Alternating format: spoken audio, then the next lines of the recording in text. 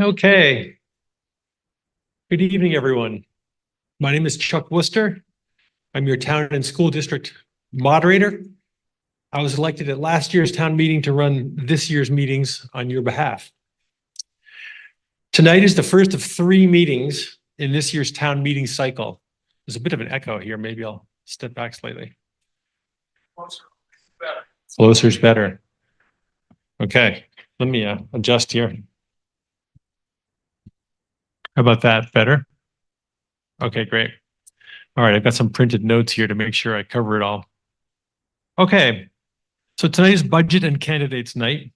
We'll hear presentations from the select board and the school board and candidates for office and have a chance to ask them questions and make comments. Meeting number 2 is our town and school district meeting day, which is this Saturday, 10 o'clock in the gymnasium. At that meeting, we'll be voting on the formal warnings that can be found in your annual report in the red book here. And then the third official meeting of the town meeting cycle is voting day itself, which is a week from tomorrow, 7 a.m. to 7 p.m., also in the gymnasium as usual. You'll notice that there's some overlap between these 3 meetings, so I want to clarify what under state statute is allowed to happen when. Tonight, we're discussing budgets and candidates, but of course, we're not voting on them. The voting will be next week. Rather, the purpose of tonight's meeting is to ask questions, clarify details, and help you decide how you intend to vote next week, and or encourage others to vote a certain way. In other words, tonight we talk and next Tuesday we vote, but next Tuesday we can't talk. Saturday's meeting agenda, meanwhile, is relatively light. It's mainly concerned with the housekeeping items that are required to keep the town running on schedule. But there is an item on Saturday's agenda, which is to receive the report of our elected officials, which is this. And since this includes the budget, we can talk about the budget on Saturday as well. So if you have a question after tonight that you want to know more information about, we'll have a chance on Saturday to ask that again. Also on Saturday, there's going to be a bond hearing, the second formal bond hearing for a proposed bond that's on Tuesday's ballot for renovations to Fire Station number 2 in Quechee. So that'll be part of Saturday's meeting as well. Finally, on Saturday, there'll be opportunity to talk about the proposed charter changes. And since that's something we can talk about on Saturday, I'd encourage people, if you have questions tonight, and I'm sure many people do, that you hold those questions for Saturday. What has happened is that the ballot for the school and the town have been printed differently so that the charter question does not appear the same way on both ballots. So at present, both of our elected boards are looking into the details of what that means and what solutions we can come up with. So I'd urge you to hold your questions about the charter until Saturday, when we'll hopefully have more information. Okay, as we get started, I want to have a special thanks to our town and school district meeting committee, who meet a number of times throughout the year to help formalize tonight's meeting, Saturday's meeting, make sure some of the details are in place. And I think most of, or maybe all of our committee members are here. Maybe just raise your hand. Susan Manley, Nikki Boyle, Emily Santon, Adam Ricker, hands up. Yay, they're in the back.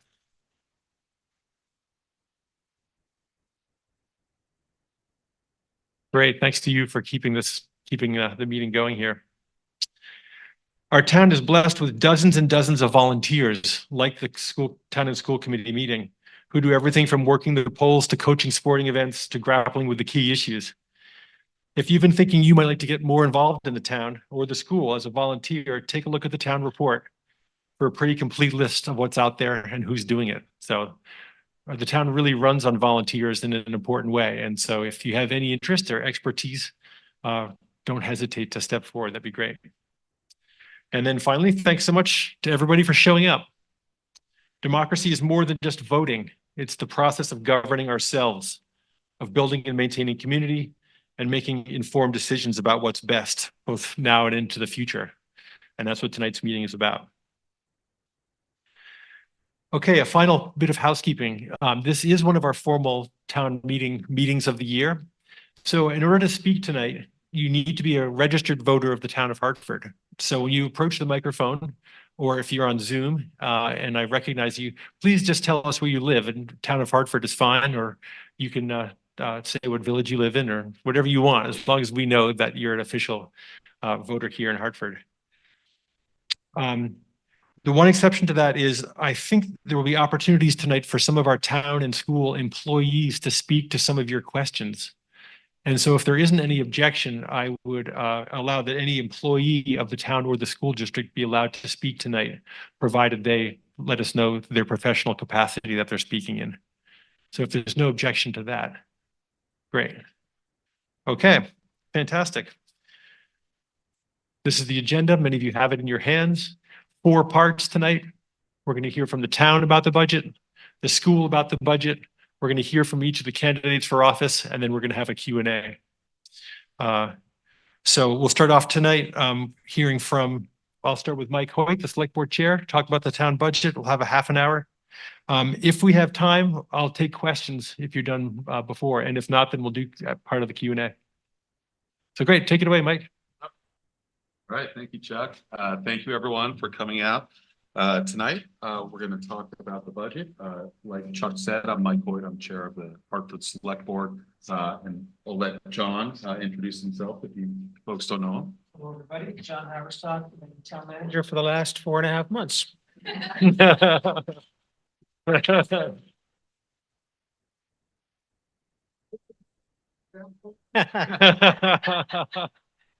Yeah, we're very glad we got John here tonight. And I'll turn to him in a minute to talk about sort of the prep that went into where we are. But you know, the budget process is long. Just months and months of work on behalf of the town employees, town manager, select board, hearing from the public, the department heads who work on their budgets and work with the finance director and the town manager. The budgets come before the board. We hold special hearings basically on each department's budget for the public to participate in. And then we get to this point, and we're just going to go over the budget. John, if you want to talk a little bit more about the preparatory steps, feel free. Right? Yeah. Of course, we begin with select board guidance to the department heads. And at the beginning of the process, the select board considers where they'd like the budget to go, what factors they'd like considered, and we communicate that to the department heads who put together their budgets. Then those department heads work and develop their budget proposals.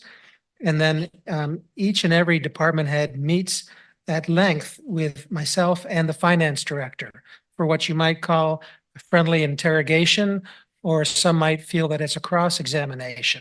We want to make sure that we've extracted the best value for the dollar. Then the town manager has an opportunity to make some adjustments that he might see as appropriate, which I've done. Then the department heads, as Mike pointed out, present their budgets to the select board, and they're further interrogated by the members of the select board, also with a mind to achieving value for the taxpayers. The select board then discusses and debates priorities and considers how to maintain and improve town services while trying to keep the property tax burden as affordable as we can.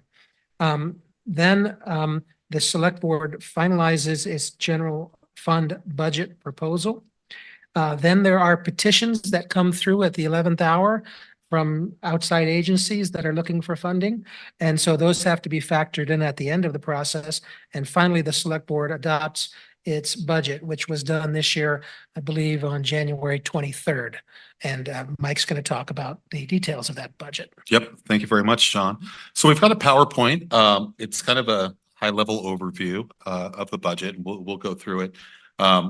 It's fairly brief. What I think is important is that we've got John here and we've got the department heads here so that when people have questions about a specific item, we do have the knowledge here tonight to provide a full answer. But we'll just go through this.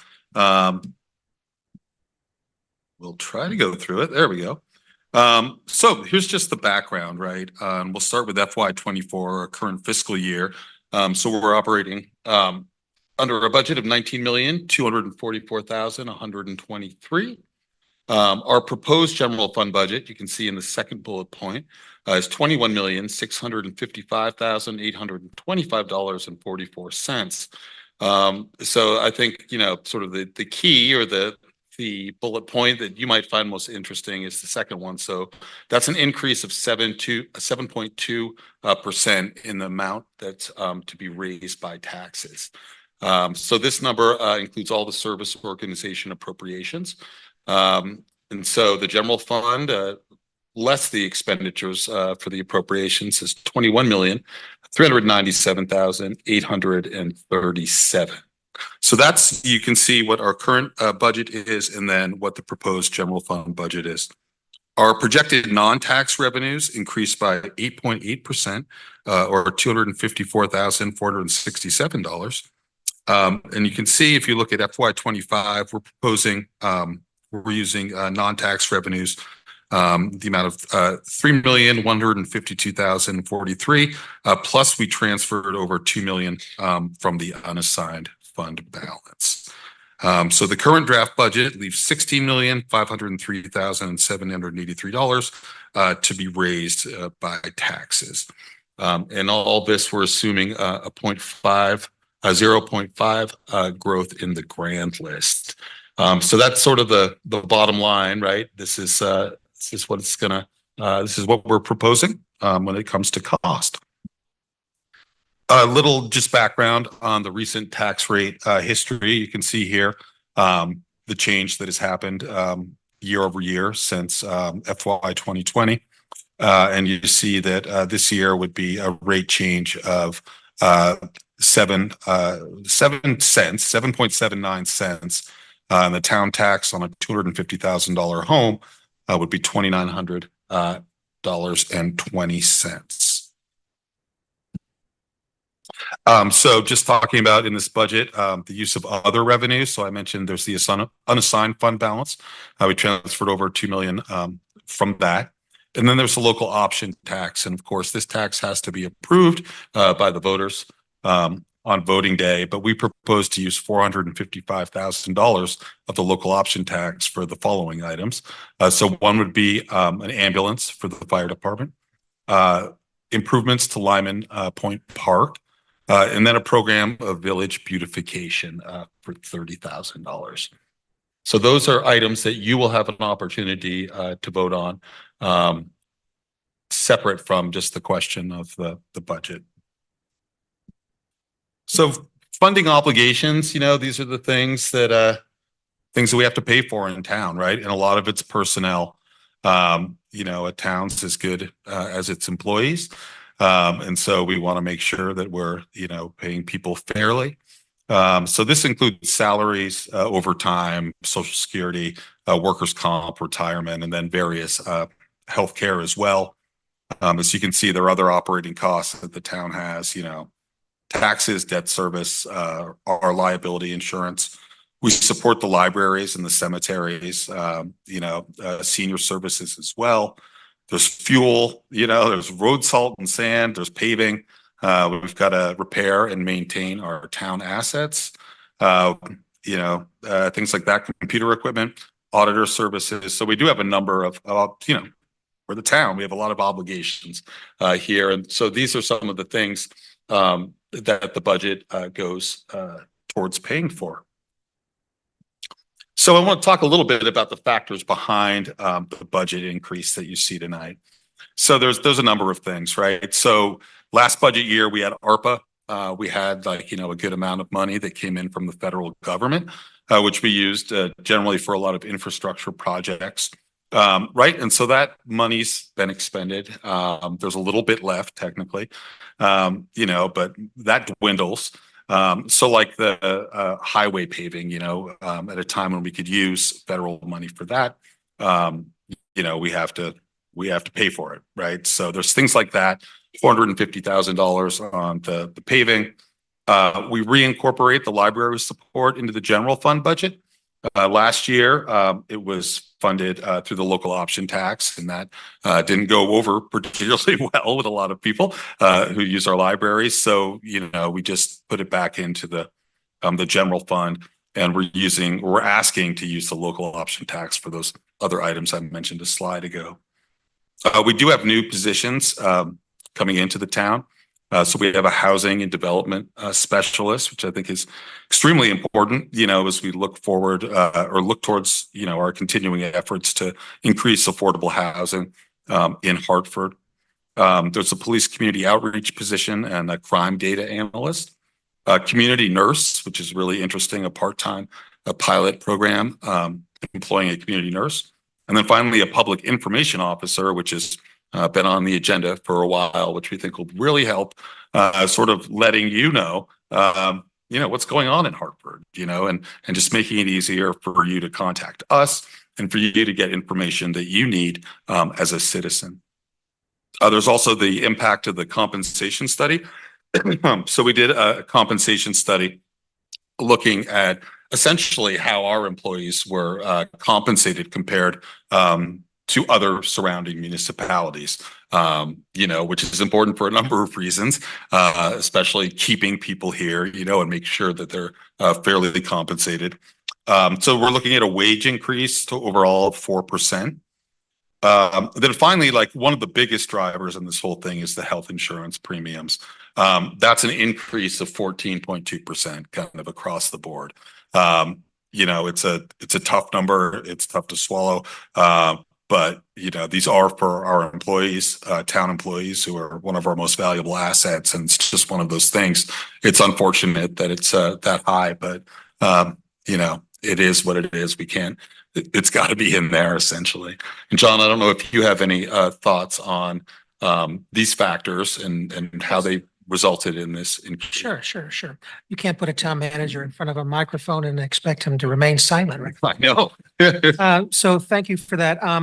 Yes, we're excited to help the planning department with a new position because they are frankly flat out with their heavy workload, and they believe that they can be even that much more productive with an additional position to help with housing issues, but also economic development in town.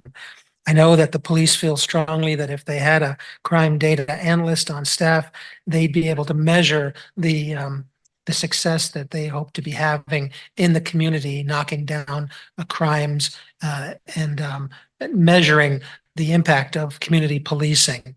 As to the community nurse, that's been a very interesting discussion for me. We've learned through lots of outreach that a lot of communities in Vermont are going in this direction.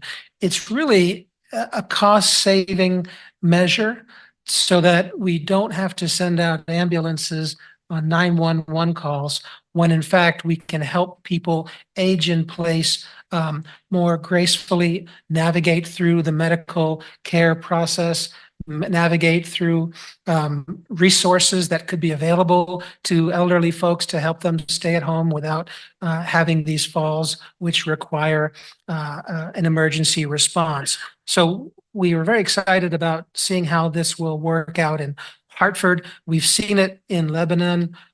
We've seen it in Norwich and in other communities, and we hope to have a successful rollout this coming year, depending on whether the budget is approved by the voters. Finally, yes, we've heard a lot about folks who would like to see branding in town in terms of the public information officer. Someone who can communicate coherently across all the platforms and involve social media to a better extent. And we're hoping that this will be another successful program, and we're certainly open to partnering with other organizations on it, again, depending on how it's approved or received by the voters. That's, I think, it, but I will point out that both COVID and the compensation study are somewhat linked in the sense that we all know we experienced a pretty significant inflationary spike, which is just now apparently coming back down to earth. But that really skewed payrolls all across the nation. Hartford's no different. And I think that the HR director, along with Finance, worked with the town manager to develop a program with a consultant to evaluate our wages and compensation and non-wage compensation to make sure that we were in a competitive position. And that compensation study did result in the town getting back to a place where we want it to be, which is roughly the 65 percentile compared with other similar towns in our region. Back to you, Chief. Thank you very much, Sean. All right, just to look a little more like, so the fire department, police department, dispatch, the real key services that the town provides for public safety. Just some of the overall increase there. So there were salary increases in the fire department and the benefits increase, which we talked about.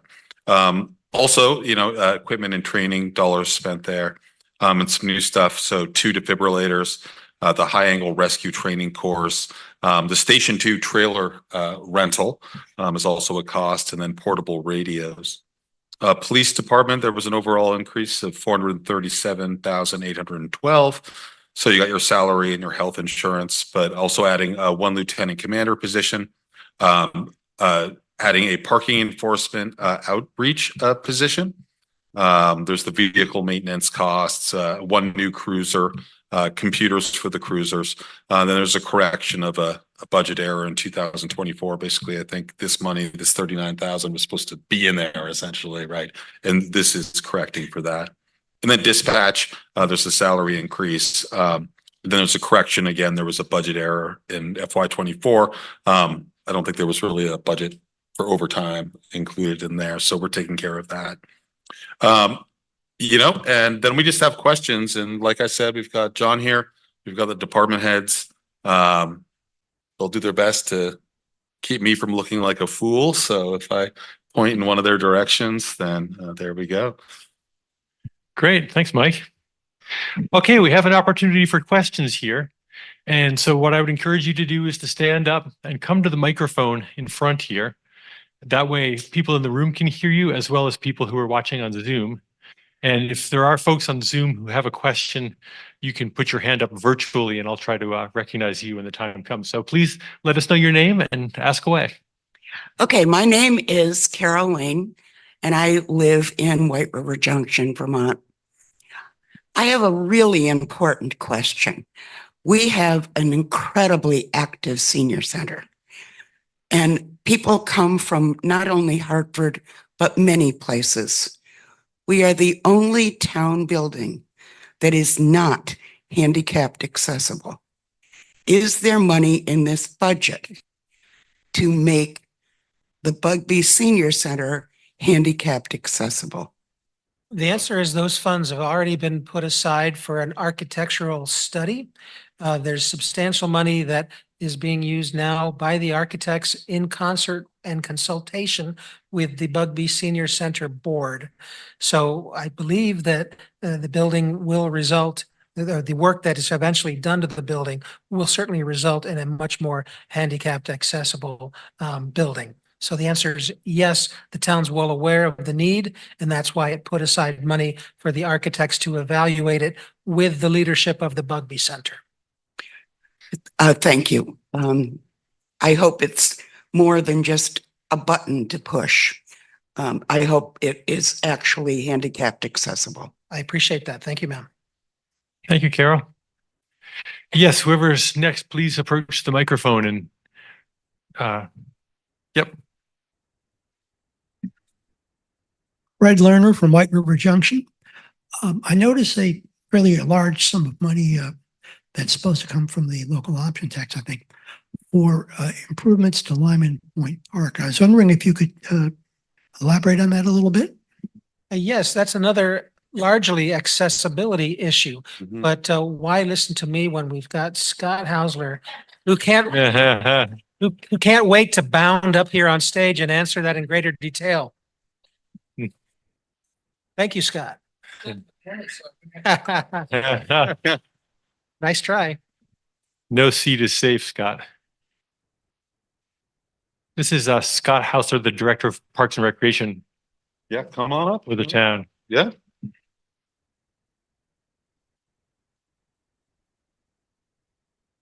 The next contestant. You are. Yeah, relatively brief, Scott, just because we're kind of in the lightning round here. Make it brief. Yeah. We gave a couple presentations at the two meetings related to local options tax as well as the bond about the Lyman Point Park project. We have a working group of some community members working on improving the existing playground structure to add a new structure that is accessible as well as inclusive for all folks within the community. We're also looking at access to the park from the parking lot, from the existing sidewalks. There's limited access. Limited access between east and west of Lyman Park. We're also looking at pathways, accessible pathways between both venues, as well as some covered picnic tables. So that kind of outlines the project in general. I do encourage you to look online. I believe the presentation should be on there. If not, you can certainly contact the Parks and Rec office. I'd be happy to send you the presentation. It's got a little more detail. Thanks, Scott. I think this gentleman was next. Yep. Hi, I'm James Donahan. I live in White River Junction. I'm just kind of curious, the flooding this past summer, when I looked through the budget and the reports from the departments, I didn't see mention of how that flooding impacted our departments. And I'm sure that there were costs and overtime of staff that maybe weren't reimbursed through FEMA and other federal grants. And so I'm just hoping you could speak to that impact. And then also if the town or departments are working on flood resiliency in their future planning for their budgets. Thanks. I certainly know that the town is looking to the future, larger culverts, larger ditching. And I know that they're working at the DPW closely with FEMA to get maximum reimbursement from state and or federal resources to recover from damage done. I'm wondering if my friend Jeremy Delisle is here out in the audience. There he is. He's handling the DPW duties tonight and might speak a little bit more in detail about it. Yeah, Jeremy, you can even speak from the microphone right there. It's fine. Yeah. Go ahead. So yeah, we are working with FEMA. We're struggling with them on getting improvements to make things larger, but for the most part, your overtime, employee time, equipment time is all basically reimbursed from FEMA.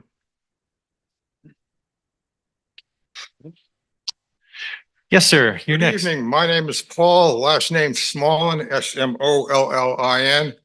I live here in White River Junction. I'm a retired healthcare worker from Hitchcock. Notice the community nurse position you've got. Is that a mobile position which will require a vehicle to travel to people's houses to quote unquote help them age in place? Or is that going to be an office somewhere in the town offices? I think we were talking about having a lot of their time dedicated to the Bugby Center, which is a logical place for someone to do some outreach to the aging community. I'm not opposed to having them enjoy office hours as well, but I know that from the people we've talked to who are in that role in other communities, they do very little time behind a desk. It's usually an outreach and making house visits. Okay, so that's another expense, a vehicle and gas and everything else. Everybody be aware of this. This could mushroom and get really huge. This needs to be carefully monitored, in my opinion. Carefully monitored. I appreciate that. One other comment just for fun. Gee, what a racket. You want more money? You just raise the taxes. I think the taxes ought to be level funded this year. Of course, that'll never happen. Thank you, Paul. Anybody else have a question? Yes, please. Oh, gee. Thank you. Select board is used to me. I bring in my bottle of water And I say, this is water. It's like when they couldn't play football and the coach said, this is a football. Hmm. Jeremy is my local prince among men who listens to me, as do Brian. And I met John Haverstock by walking in saying, hi, this is Marcy. I'm glad to meet you. Let's talk about water. The thing that you don't think- Marcy, make sure to introduce yourself. Oh yeah, I live in Wilder, Marcy, Bartlett like the pears. Water isn't on your radar until you don't have it. And those of us who live in Wilder have known what it's like to not have it or have it too much when it's gurgling out of the pavement. And I went back in my emails and learned that I've been communicating about this since 2016 with Rich Mengy. And I'm nice, but I don't go away. So I want to know the results of the engineering study that we funded. And I would like to know when we'll have numbers for the different fiscal cycle about what it's going to cost to redo our nearly 100-year-old water infrastructure in the village. It's not a social issue. It's about water. You might not call the police or the fire department, but you flush, brush, wash. How many times a day? We'd like to know that it's drinkable or flushable or whatever. Somebody help me out here. Great, thanks, Marcy. Yeah, Mike or John? Yep, I can try at that. I am kind of a measure twice and cut once person. And so one of the first things I did as town manager was talk with the DPW director, Brian Gazda, about establishing an asset management plan for not just the highways, but also for water and sewer infrastructure needs. And I think we're in the process of putting together an RFP, which would generate proposals on how to move forward with these asset management plans, ideally covered to a large extent by available state grant resources. And once we have a methodical evaluation of all the needs on highway, water, and sewer, we can then prioritize projects based on what's in most dire need of upgrade. So that's my personal approach to how I would approach the issue of improving infrastructure in town. I think Marcy had a question about an engineering study. Is that something? I'm not familiar with exactly what engineering study you're talking about. I don't know that Jeremy's able to talk about it. He's here from DPW. It's more of a Brian Gazda and Chris Holsworth question, but I do see the finance director asking for our attention. Good evening. I'm Gail Ostro. I'm not a resident of Hartford, although I spend more of my time here than I do in my own community. So regarding the engineering studies, last year, well, actually in this fiscal budget that we're in, fiscal year 2024, the board did approve, and so did the voters, in the general fund budget and the overall budget to set aside funding for engineering study for each one of the enterprise funds, which would consist of the Hartford Water, Quechee Water, Hartford Wastewater, and Quechee Wastewater. So 4 of them. And so they did set funding aside. And I believe that John indicated that they are working on putting an RFP out to see what we have available to have the studies completed. So an RFP is for the engineering study, not the actual work to be performed? It is my understanding that the engineering study that's being put out, and which certainly somebody else can correct me, but Okay. again, my understanding of it is to take a look at what needs to be done and what the cost of it would be. So coming in and taking a look at what we have and timeline of it. Okay, But no, there's not funding to make the fixes. You have to Thank you. identify what exactly. the And I'm comfortable with how the budget cycle and the voters approach and have to deal with all of the process. And it's a long process and I get it.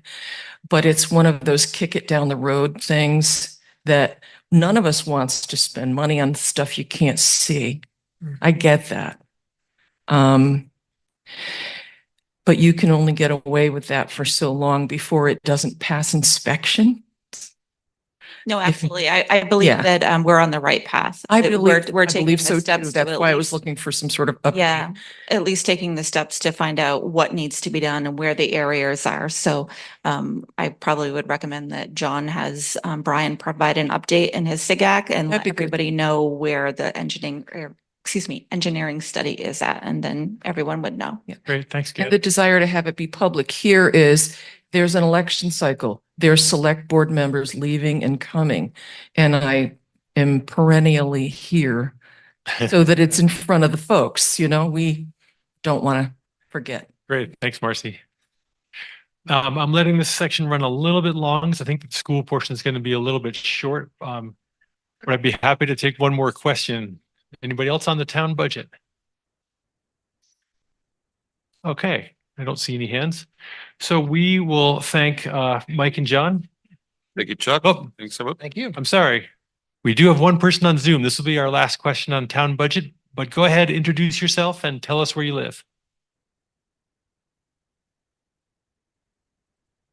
Can you guys hear me okay? Any You luck? guys hear me okay?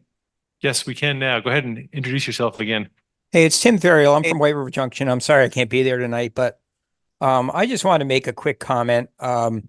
As we all know, our town has been through a really tough time, and it's wonderful that John is here.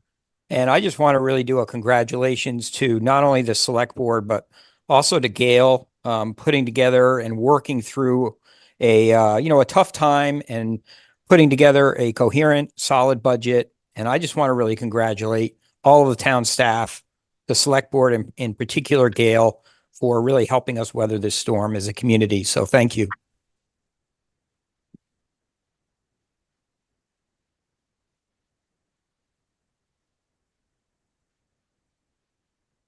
Great, thanks, Tim, for that comment.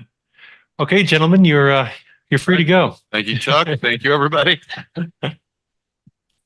Okay, we have Coach Christie here to give us a little bit of an update on what's happening with the school budget. And Coach, I'll let you take it away. I'll come get your microphone ready for you, and we'll go from there.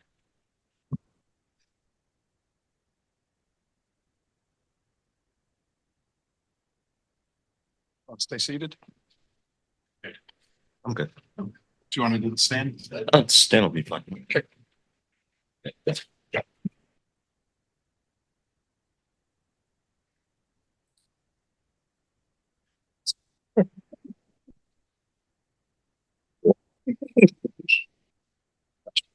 Thank you. Good evening, everyone. I guess what I'll do is try to give you a quick overview of how we got here and where we are. Really. We started this project, the budget process, in the fall. And during that time, we were getting varying numbers from AOE, the Agency of Education.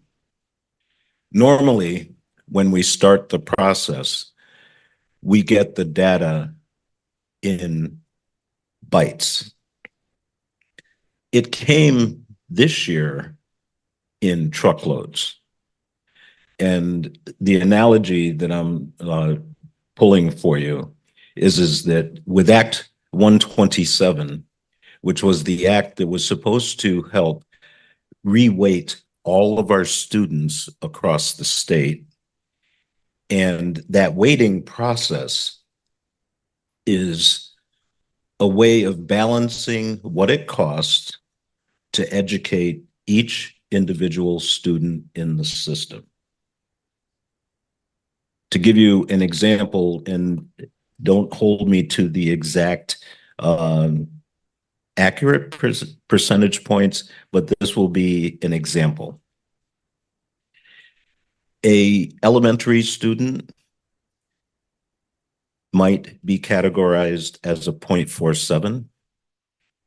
A high school student you might see as a 1.25. So you can see that there's already a variation in what it takes to educate, a younger student, versus a high school student. Then when you start adding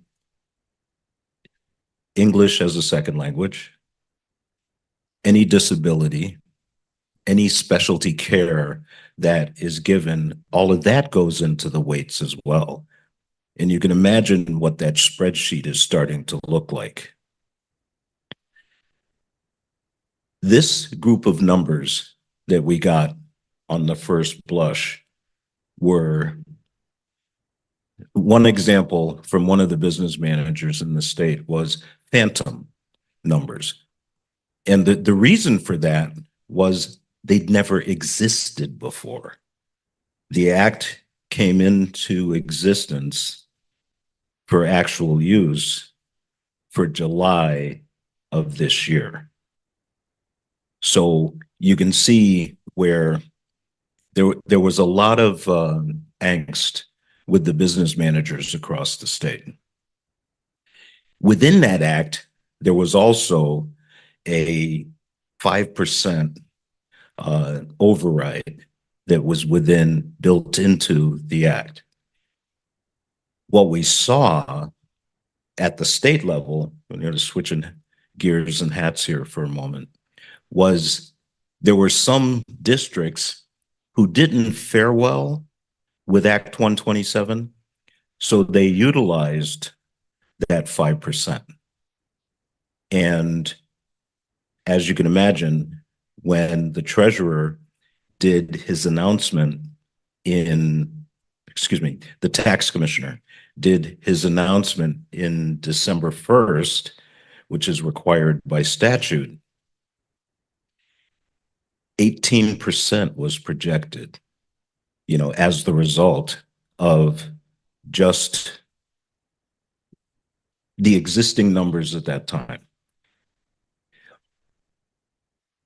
Vermont has one of the most complex education funding systems in the country. And that's not a bad thing. It becomes one when we don't do a good job maintaining it. And that is where we ended up this year. And that's the statewide catastrophe that you've read about in the paper and also heard about on the news.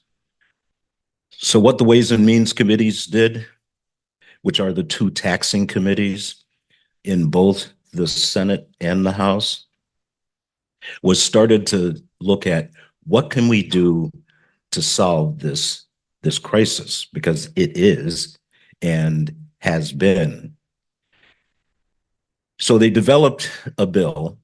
It was a committee bill in the House Ways and Means Committee called 850. And that was the bill that gave each school district in the state the option of rescinding its existing budget so that they could recalibrate and recalculate the budget based on variables that the two Ways and Means committees gave every single school district in the state to work with.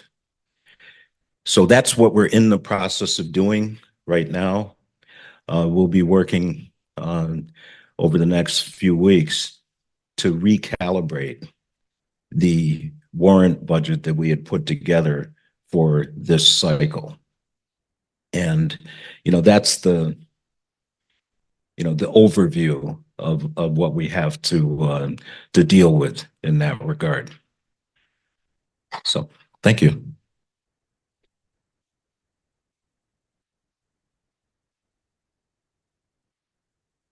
Thanks, Coach. I want to make sure to bring this home for the voters here.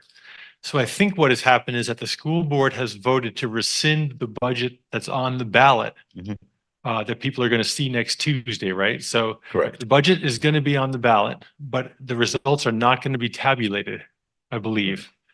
And then at a future date, we will hear from your board about a new budget number and a new date for voting. I believe that's what's happening next. Is that correct? Correct. Okay. Great. So that's kind of the takeaway for folks.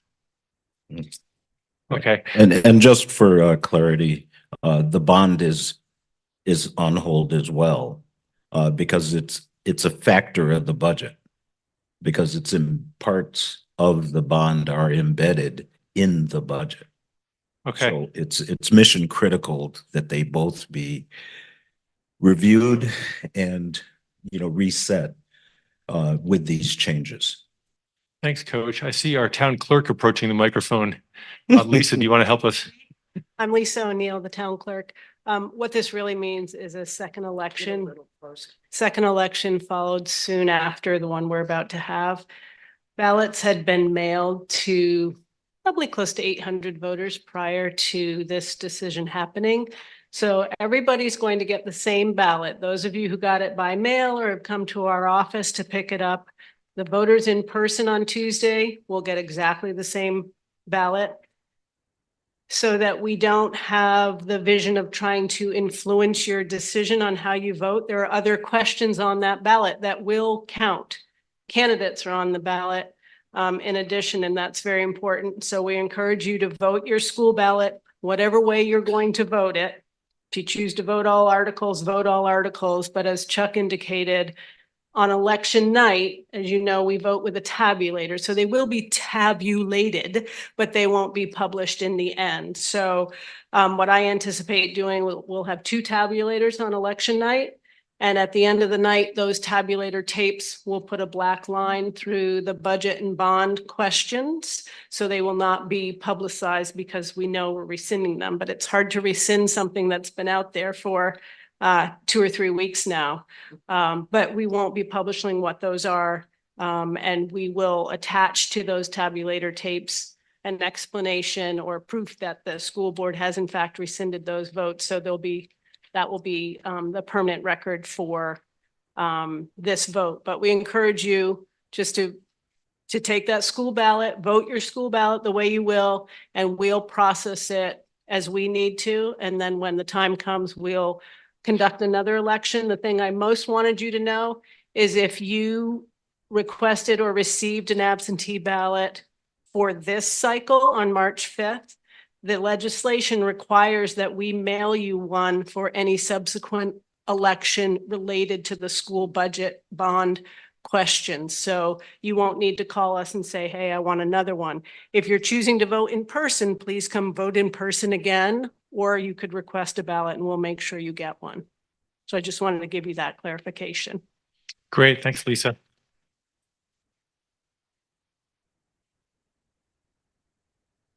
Great, thanks, Coach. Great. Thanks for the update. Okay. I certainly would take questions for Coach. Yes, if anybody has. Sorry about that. Didn't mean to cut that short.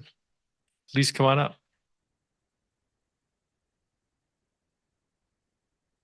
Careful of my.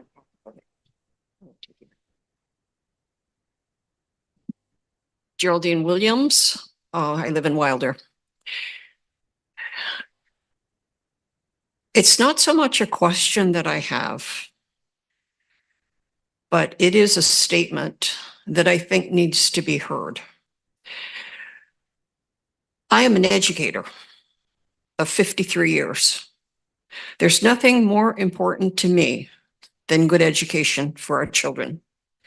I've lived here for 65 years. And for 65 years, we have had a budget, both for the town and the school board, that we have voted yes, yes, yes. And we have built every new possible building for our schools that we could since 1959. And we are being asked for a 21 million bond with what they say is a $9 million interest, but it's 20 years out, so who knows? Which I feel, as a taxpayer who has voted for all these new buildings and all of these renovations and all of these things, is a slap in the face that we have not maintained our buildings and we're asking for $21 million?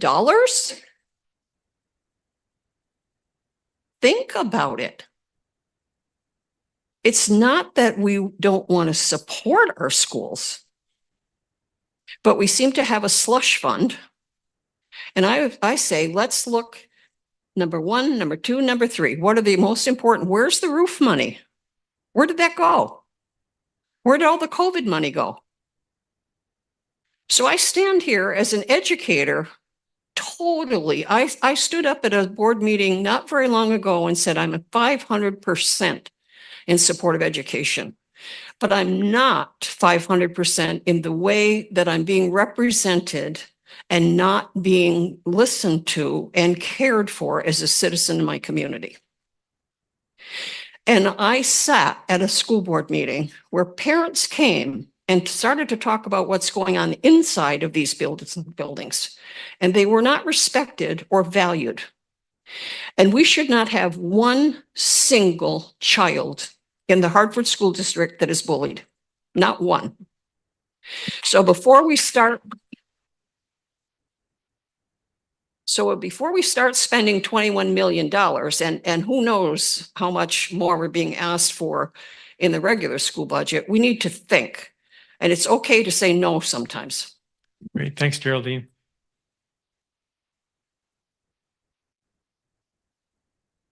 Just to clarify again that that bond is on the ballot, but the results will not be tabulated, as Lisa said. Yes. I'd like to have Sarah Campbell. She is a fellow, I should say, a peer school board member. Respond to that question directly in detail because she co-chairs our facilities committee. And I think when you hear what she has to say, it'll help put things into perspective. Because our newest building is 30 years old. Okay, I need to so- keep the meeting going here. Yeah. My apologies. I'm losing track of the time. So yes, Sarah, go ahead and please. Sorry, I just wanted to emphasize that the buildings are very well maintained. This bond is not about lack of maintenance. It's not about us not caring for the buildings or being good stewards of your funds. A lot of this bond is about the fact that our buildings are incredibly old. A 30-year-old building is our newest building.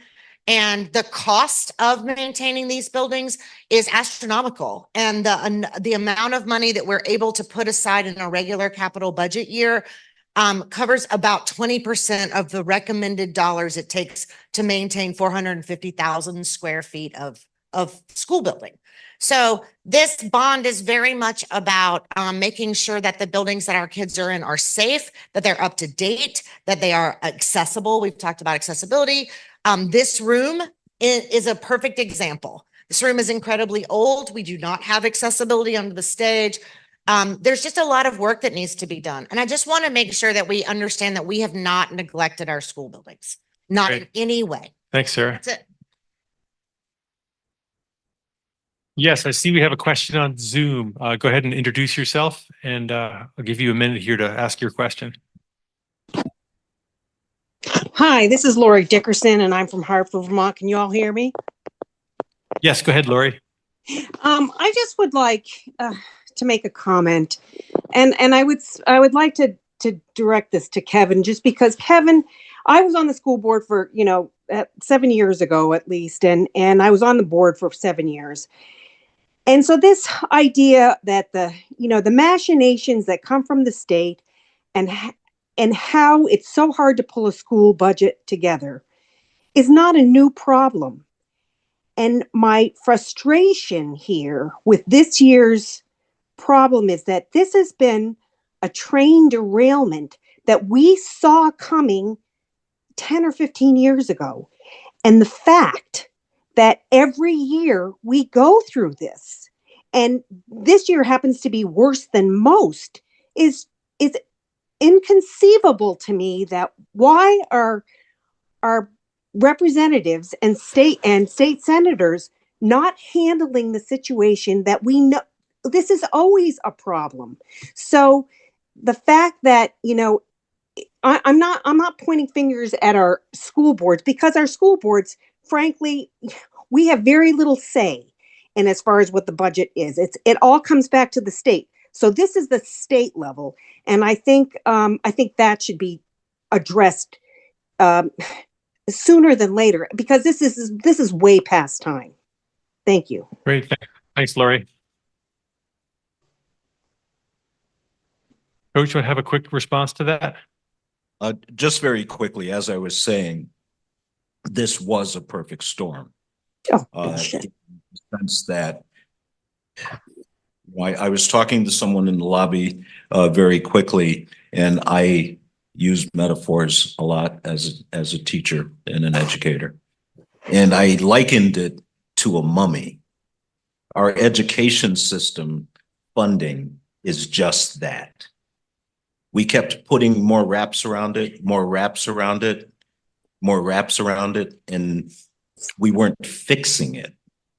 And that's been a problem, that, well, I won't get into the details of our work because it's been a fight, to get our colleagues to change it, not just wrap it again, but change it. It needs to be changed.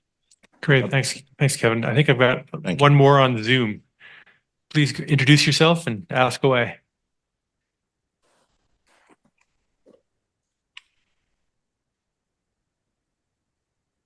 If you're on Zoom there, go ahead and introduce yourself. Okay, we may have lost them. There will be a chance to ask questions during the Q&A too. So if you have a question that comes to mind here in the next little bit, you can hold that for about 25 minutes from now, and we'll have another chance at it. Thanks, Coach, for helping us out with that.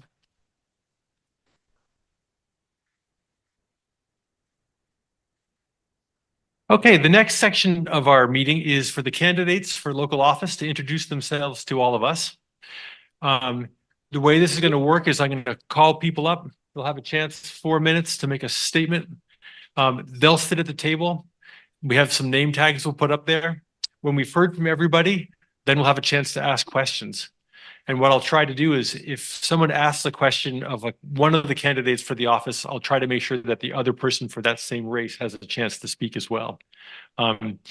So that's what we're up to. If you look and see, we have a number of different races here that we're going to be hearing from tonight. So to make life easy, I'll start off with the 2 school board races because these are unopposed races. So that'll get us right back on track here. So Nancy, I'm looking at you if you want to come up, and this is Nancy Merrill, who is running for, I'm sorry, Nancy Russell, sorry, who's running for a 3-year seat. You can come right here. Come right up. Wow. You're very tall. Hi, I'm Nancy Russell. I am running for school board for a 3-year term this year. I have been on the board for 8 years. I'm the Vermont State School Board Association's board and on their executive committee there on a number of their other little fun committees that we have as school boards.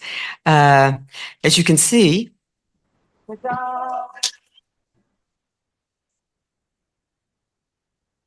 that's where I'd really rather be tonight. I'm going to be honest with you. My granddaughter, who also goes to this high school, is there, and she's cheering for me too while the boys are out there and will be starting their tournament tonight. So I wore it in support of them and my not being able to be there. I don't know what else to tell you. I've been here. I moved up here from the South. In 1997, I ran a licensed child care center for 20 plus years after I moved up here and became very involved. I served on the board of directors for Prevent Child Abuse for 17 years.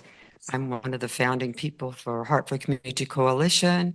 I've served on their board for I don't know how many years. And I'm very involved with the community. The children are my passion. I go to bat for them every single time. every single time. I will go to bat for our kids. And I hope that you will, even though I'm running unopposed, I hope you will still vote for me. So thank you.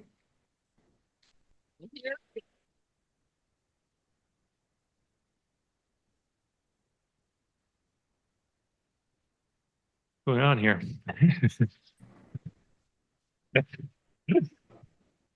Okay, our next candidate, also running unopposed for school board, is Garrett Wilson. Is Garrett here? Yes, great. Come on up.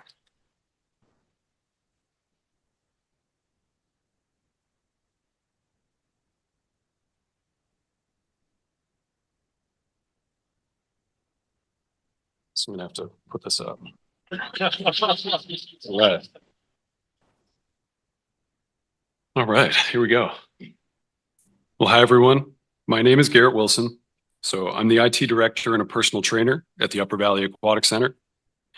I'm running for a 2-year seat on the Hartford School Board. I've lived in this town my whole life. I'm a Hartford school system alumni, kindergarten all the way through high school.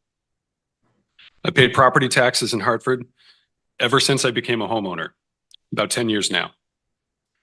I've watched Hartford grow and evolve from cornfields to car dealerships. I love this town and this community. I'm what you would call invested. And now it's time to double down. I have 2 young children who are just beginning their school careers. They're my primary motivation for running. And I know making changes or improvements to our school system that will benefit them will benefit all the kids in the Hartford school district. In the Hartford School District. And that's my primary objective: provide a top-notch educational system for all the kids in Hartford. I've got more. So how do I plan to do that? I'm glad you guys asked. So I want to participate in the search for a new superintendent.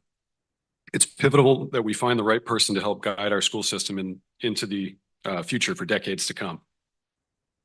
I want to make sure that we pay our teachers appropriately and that they're provided the resources they need so they can provide a top-notch education for our children. I want to work with teachers and administrators to find realistic and actionable ways to do this. There we go. I want to ensure our vocational center has all the funding it needs. Not all kids go to college, and that's okay. We have a tremendous resource for the entire Upper Valley that can help kids develop skills and find meaningful careers, and we need to continue to leverage this. Lastly, I want to look into standardized testing. Our scores have fallen drastically into the lower 50% in the state, and I think that's unacceptable. I want to work with teachers, administrators, and my soon-to-be fellow board members to try to find a way to determine why this is happening and then come up with a plan to turn it around. So full disclosure to everybody, I'm very new to all of this. I know I have a lot to learn. And I'm not going to have all the answers. Probably not even during the Q&A. But I'm going to work tirelessly to try to find as many as I can. I want to end by thanking a few people. So I want to thank Joe Major, our treasurer. He gave me the nudge to put. There we go. I figured he was still here. There he is. So he gave me the nudge to put myself out there and get listed on the ballot.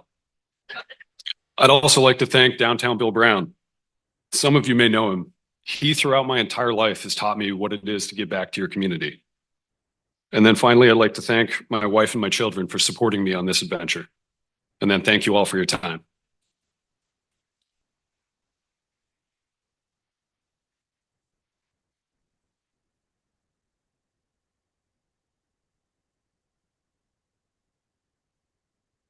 Great, thanks, Garrett.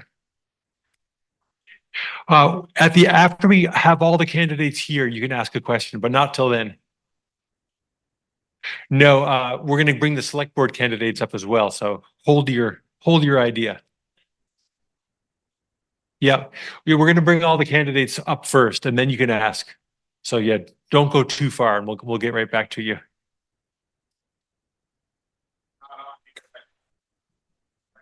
I have secret powers.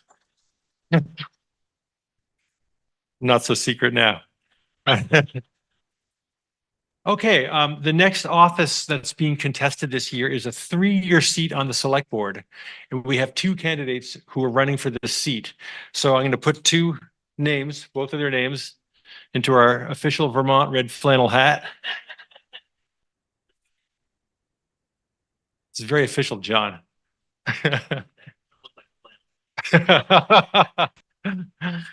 Okay, so our next candidate that we'll hear from for the select board 3-year seat is Ida Griesemer.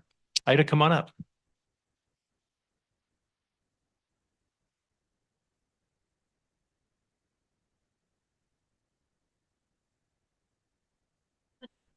All right, we're gonna do this bit again. All right. Does that sound good? Okay. Okay, hi everyone. My name is Ida Griesemer. I live in Wilder and I'm running for the select board for a 3-year term. And first I want to say thank you to everyone who supported me in this journey so far. Thank you to all of you for being here tonight and for the folks listening online. And thanks for the IT people helping us tonight too. So I grew up in Lyme, New Hampshire, and while I've lived other places when I went away to college and graduate school, this community and the landscape and the people have always remained near and dear to my heart. And White River Junction in particular was a really special place for me when I was growing up because I acted in several Northern Stage productions back when I was still in the Briggs Opera House. And I have really fond memories of coming to town and coming to the theater. And I was entering into another world where I was part of something that was professional and yet magical, and where everyone had a role and responsibilities and a job to do to make the play happen. And so these experiences are part of what shaped me and my values as someone who is community minded and who is interested in doing my part to make the community stronger, while also acknowledging that everyone has their own role and their own experiences and perspectives, and it's important to listen to one another and to respect each other's views in order for a community as a whole to function and to thrive. So today in my professional life, I'm a scientist. I work in health services research at the VA Medical Center here in White River Junction.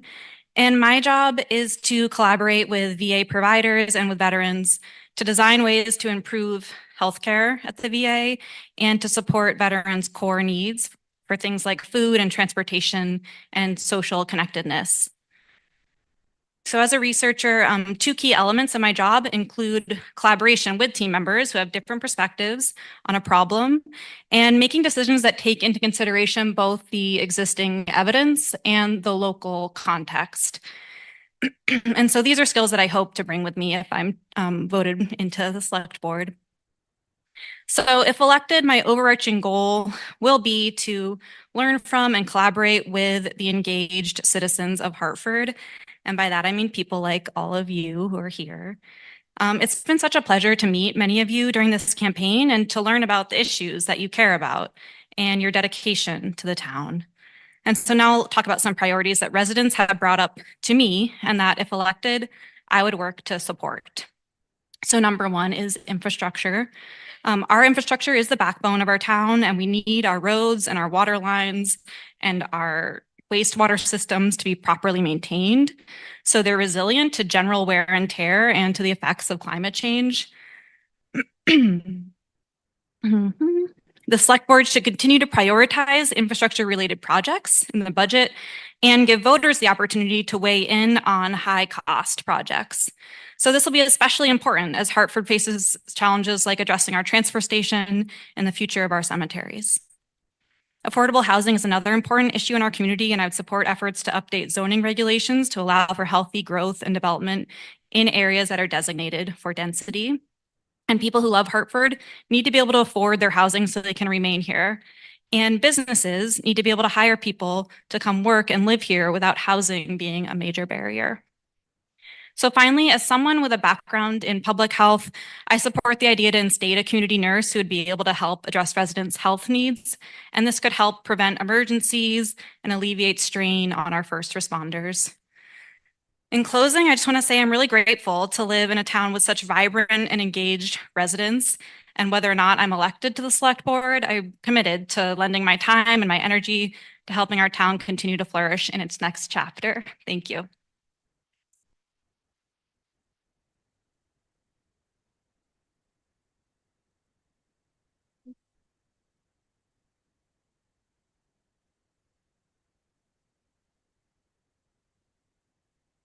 Okay, our next candidate for the 3-year seat on the select board is Patrick Danaher. Patrick, there you are.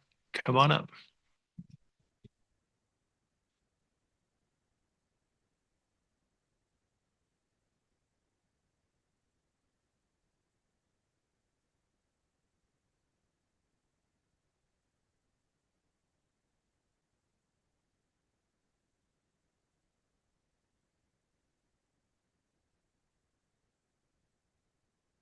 Good evening. It's an honor and a pleasure to stand before you tonight. My name is Patrick Danaher. I live on Dothan Hill in Hartford Village. I'm a candidate for the 3-year term on the Hartford Select Board. Tonight, we are gathered here to consider the state of our community, the town of Hartford. President John F. Kennedy said, "Ask not what your country can do for you, ask what you can do for your country." For the last decade, 1,600 people have decided the destiny of this town of 10,000 on election day. Think about that. Electing me to this board will not change things unless you, the citizens, get off the couch, pull your socks up, and do the work that is needed to improve the quality of life here in Hartford. It is up to us to do the work and make a better community. The fact of the matter is, the problem is not with the members of the school board or the select board. It is with us, the citizens of Hartford. We are too afraid of random people, social media, hardcore activists to allow a culture of open debate and dialogue to flourish. Unfortunately, progressives in this town and this state do not want debate and dialogue either. They only want compliance. It's time to stand up and say no. Hell no. Our town has been hijacked by political activists hell-bent on stifling opposing viewpoints and ideas. It's time to balance the board with people who are not afraid to speak the truth. I believe we all want the same things here in town. We want to feel safe. We want a clean environment with good schools and affordable housing. We want a good quality of life with reasonable taxes. Unfortunately, our leaders care more about ideology and special interests than the health and well-being of our community. It is time to go back to a recipe that we know works for town government: common sense. My priorities are pretty simple. I support lower taxes, less regulation, and smaller government. I do not support the proposed sales tax put forth by the select board. I believe in balanced budgets. Do not spend more than we take in and spend wisely. I believe we should invest in infrastructure rather than spend on vague social justice and climate issues which cannot be measured nor achieved.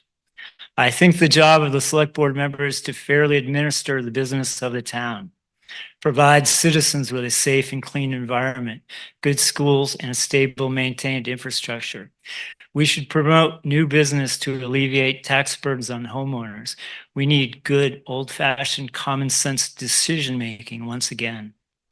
In order for this town to prosper, we need to attract the best and the brightest. Unfortunately, we are not drawing the talent we need for the future. Our policies and politics are driving them away. We must choose by merit, not identity.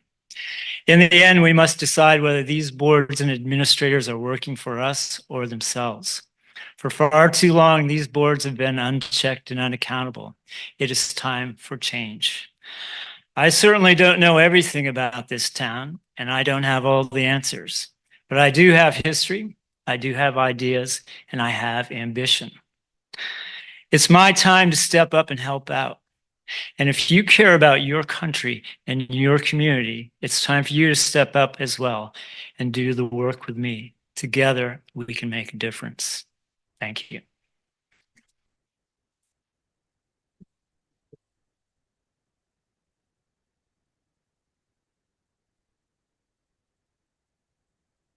Okay, so just to clarify, Ida and Patrick are running for the 3-year seat. Now we have 4 people who are running for 2 seats. So of these next 4, you can choose any 2. And I'm going to put the names here into my admittedly nylon authentic flannel Vermont hat.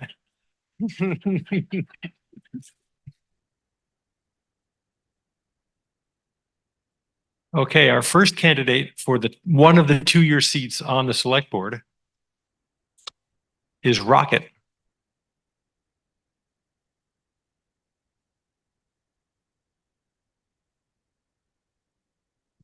Good evening, everyone. My name is Rocket. I am finishing up my first 2-year term on the Hartford Select Board.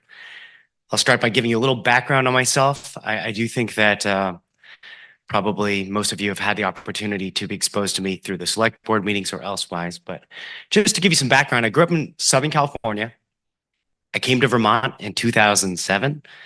I studied at the Putney School. I studied economics at Middlebury College, and I am just finishing up my studies at Vermont Law School, a 3-year JD program. So that ends in May. As far as the select board goes, I think the first thing I want to say is this: it's very interesting because 2 years ago when I got elected, everything was thrown out of whack. The processes were thrown out of whack through COVID, so it was all remote. And I also ran unopposed. So I think that this is a really wonderful opportunity to be here with all of you. And I think that it is great that there are other candidates running for the seat because I believe that democracy should be competitive, meaning that you get to choose who serves you, and not that you de facto get someone named Rocket walking on unopposed. With that said, I do think the last 2 years have been very interesting, very colorful on the select board. And I think that we have rightfully been criticized for often being off track. And I will also say that we have been rightfully criticized for having divisive tone and unprofessional language. And I want to take this moment to fully acknowledge that I have been part of that, and I would like to also apologize. I think for myself, a couple of my worst traits are that I am abrasive, that I can be combative, and that I am extremely hard-headed. Believe it or not. On the other side, I do have moral conviction, and I do have the courage to speak my truth and to really stand by that, even in the face of criticism. And I do recognize that I have a lot to grow in terms of grace and process. And so one of the things that I prize about myself and my service is that I'm always willing to say when I don't know something, and I'm always willing to say when I've been wrong and to apologize. I'm not afraid to make that error in public. And I appreciate that the town has been through a lot of that journey with me. How much time do I have? A minute and a half. Minute and a half. Okay. So just to quickly summarize, I think one of the greatest achievements of the select board of the last 2 years, I did talk about ways we've been fairly critiqued, but when I came in, we had a town manager that was not well suited for the role. We had department heads that were vacancies at department head levels across the board. And those have all been changed in the last 2 years. It has been a lot of work for the select board to do that. And I'm very proud of being part of that process. As far as going forward, I would say I've learned a lot. We have great leadership. I think John really was exemplary there, and he really speaks for himself.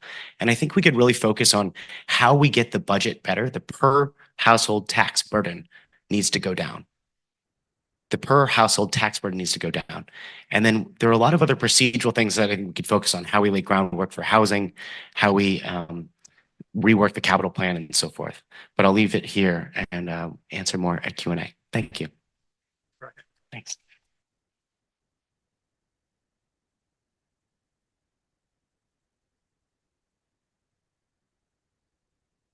Just going to leave the microphone here. Okay, our next candidate for one of the two-year seats on the select board, Brandon Smith.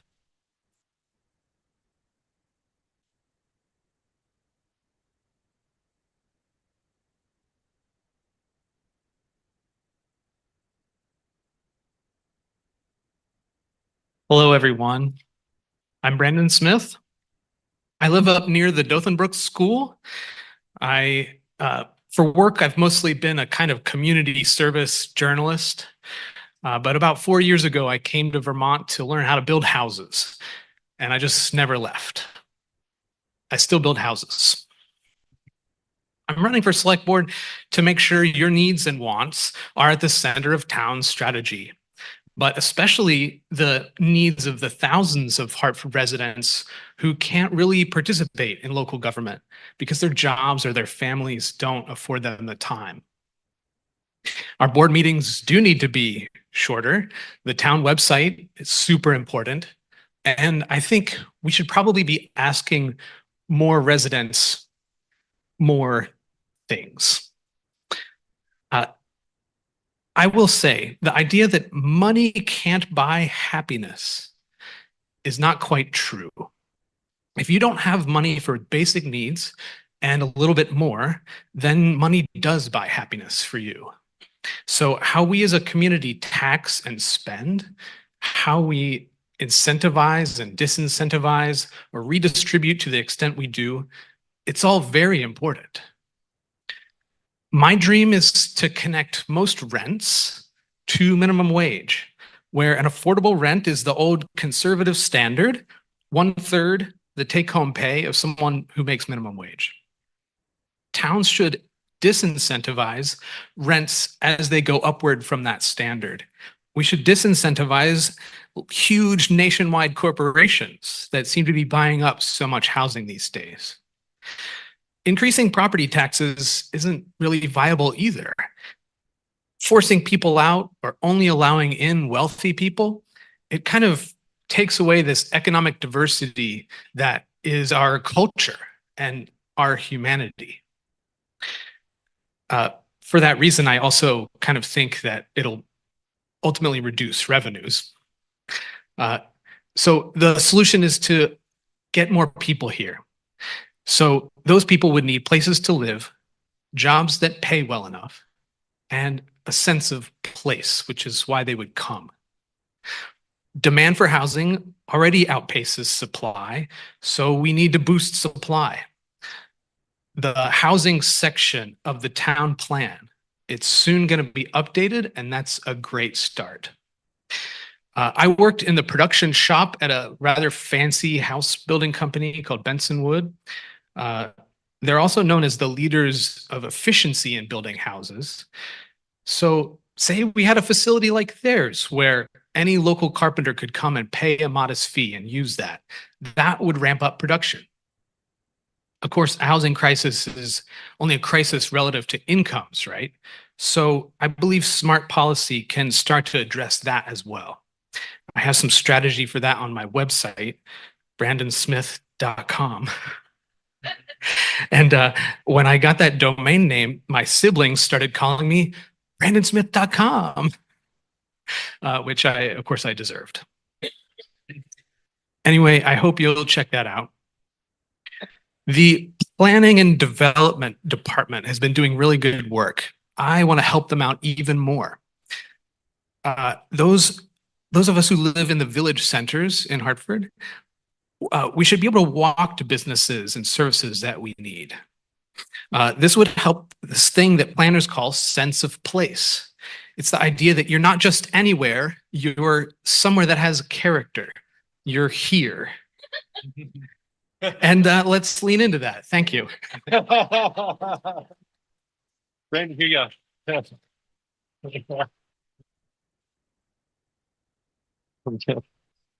Thanks, Brandon. That was very gracious. Okay, our next of two candidates running for 2-year seats, Aaron Warner.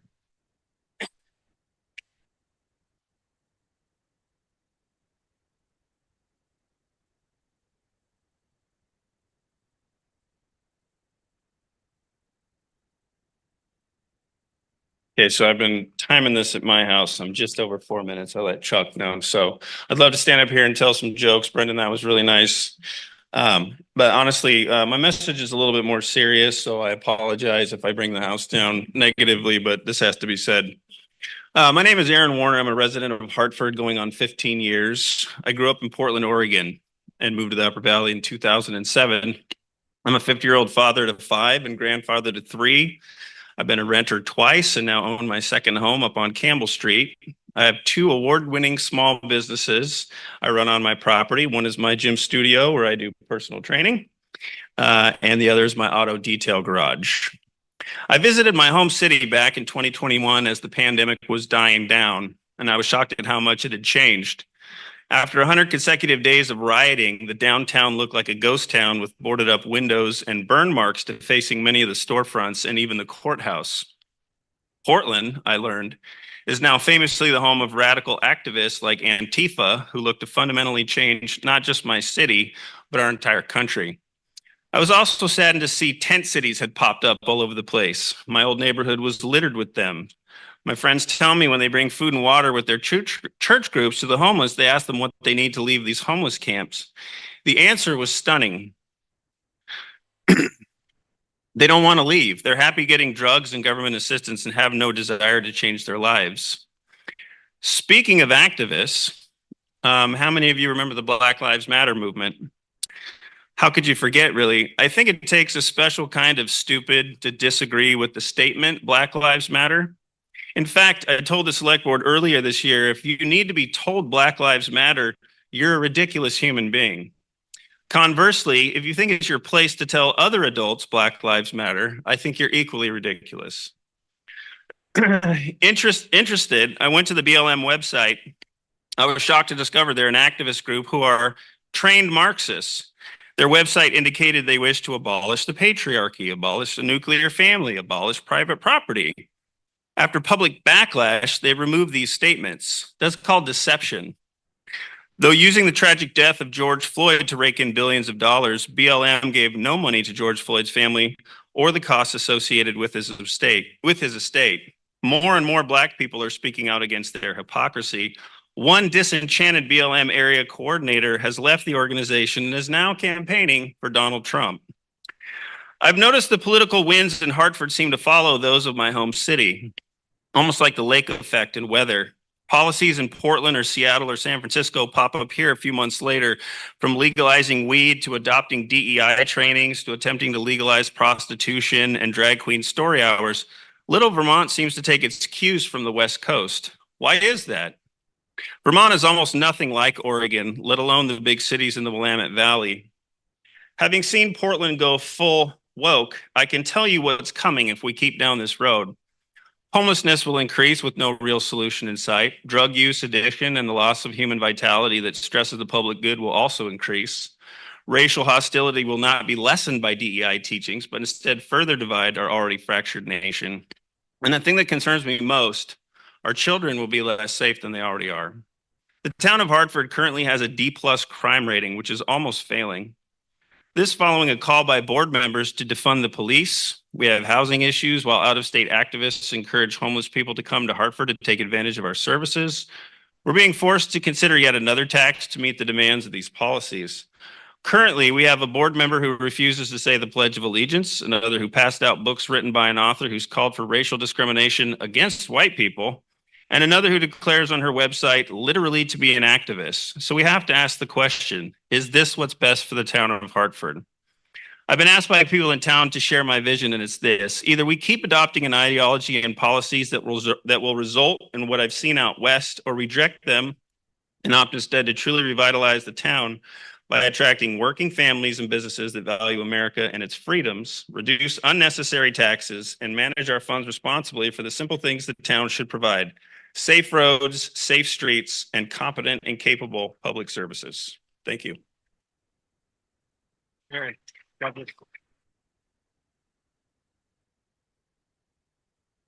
Okay, our final candidate this evening, again, 2 people running for 2-year seats, is Susan Buckholz, who is not able to be with us this evening, but I think she has enlisted a gentleman to speak on her behalf.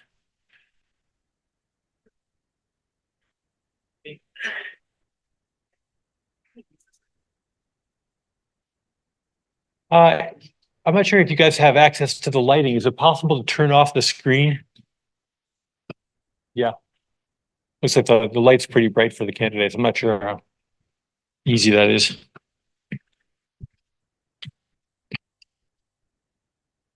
All right. A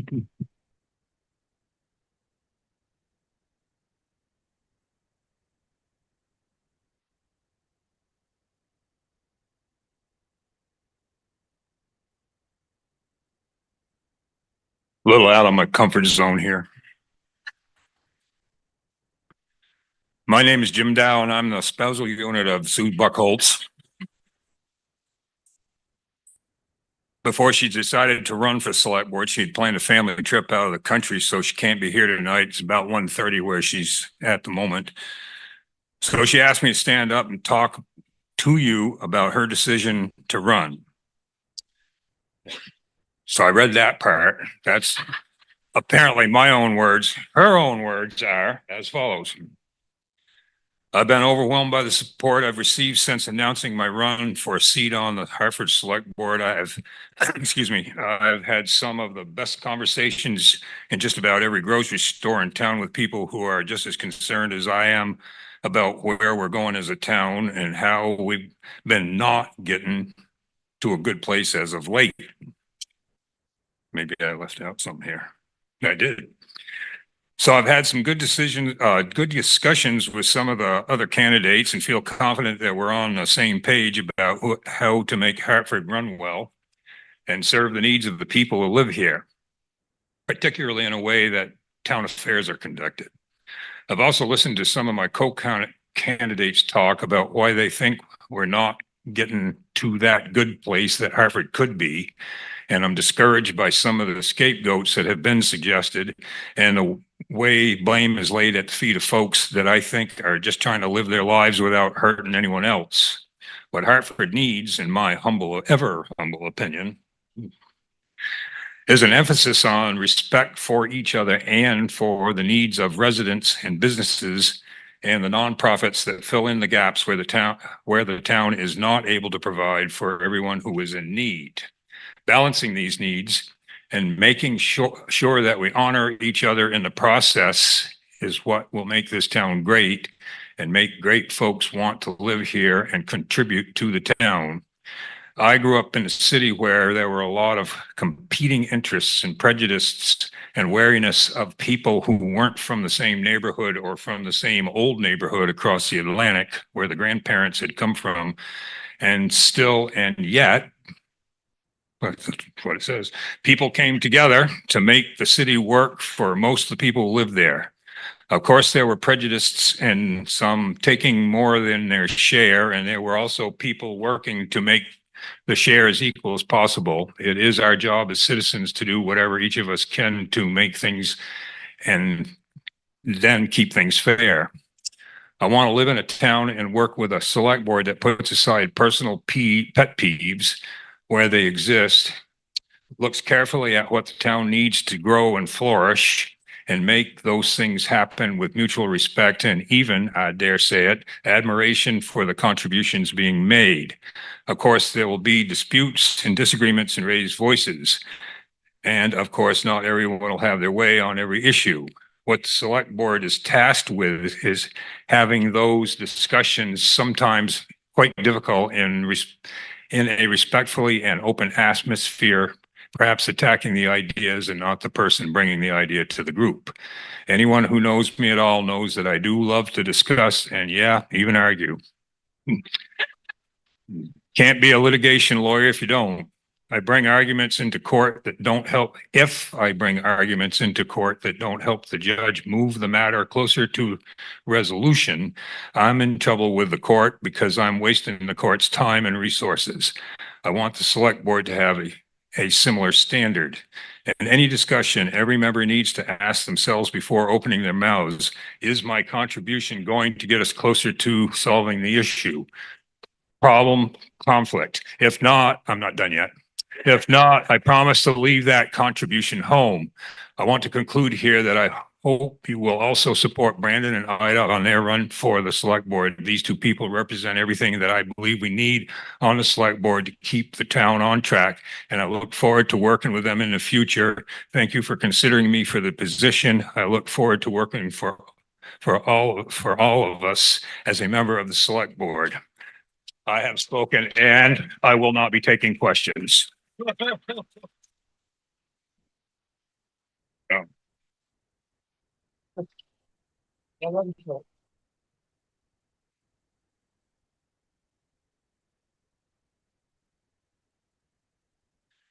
Couldn't help but notice, Jim, you didn't endorse the candidate exactly.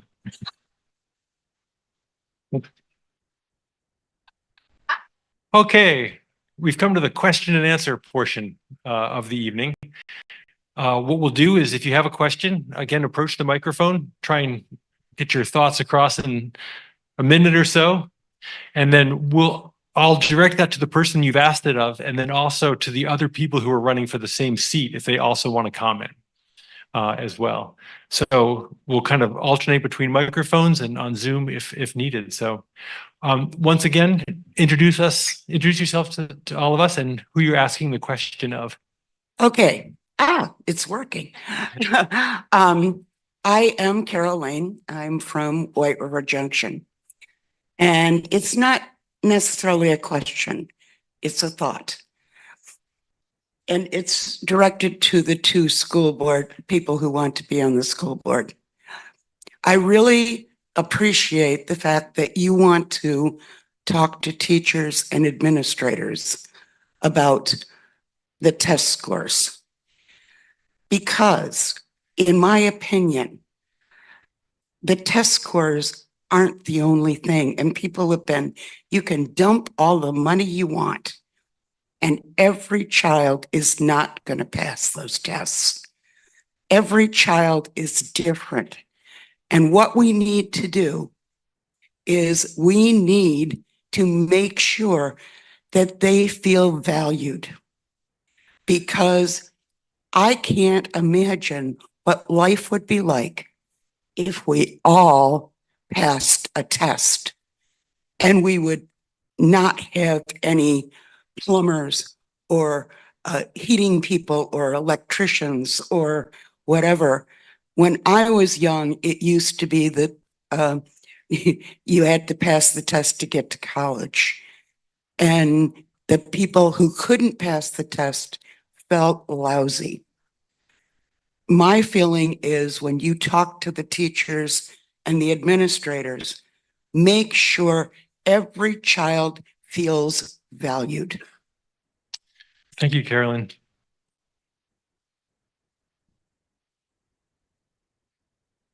I couldn't agree with you more. And one of the reasons I couldn't agree with you more is because one of my granddaughters who graduated from this high school was one of those that had a difficulty passing test. She's extremely smart, very talented, but is not one of those that is going to be going to college, even though she graduated from high school here. And I couldn't agree with you more. I think one of the very first questions I asked of Mr. Fogg when I first got on the board was, how are you educating the kids that don't take tests well? And we have done a lot of work, and especially in the high school, they've done a lot of work making sure that those kids that don't test well have a different direction in which to go. And one of those people out there that I can see through these bright lights is Scott Farnsworth. And Scott has been very instrumental. So yes, absolutely. So I couldn't agree with you more. So thank you for those comments. Thank you, Nancy. I think Nancy said it best too. And I don't necessarily believe in standardized testing, but I know that we need to focus on it to ensure that we get funding that we need. For example, I'm a good test taker. My son, I know that he's going to be a great test taker. My daughter doesn't like the rules and doesn't like waiting in line. So there's going to have to be different ways to measure how successful or not she is in school, just like countless other children. So I bring that up for the concern about math and reading comprehension. But I don't think that the tests do a great job of assessing every single child. So I do agree with you. Thanks, Garrett. Okay, next question. Hi, I'm Jen Durgan. I live in Wilder. Thank you all for your commitment to running and serving the town. I do wanted to speak to, well, I'm really glad, Garrett, that you're running as a young parent. My both kids have gone through the Hartford school districts. They're now in high school here. I think the middle school is a very weak link, and I know there's a lot of committed teachers and professionals there. But speaking to standardized test scores, my kids were at the top, you know, when they left Dothan Brook, and I saw their scores plateau and go down by the time they got out of middle school. So it's not just about, you know, whether someone can take a test or not. There's real problems in the way math is taught. And so anyway, thank you for your commitment, and I hope that you'll listen to parents, because it's been a problem for 10 years or more. So thank you. Thanks, Jen.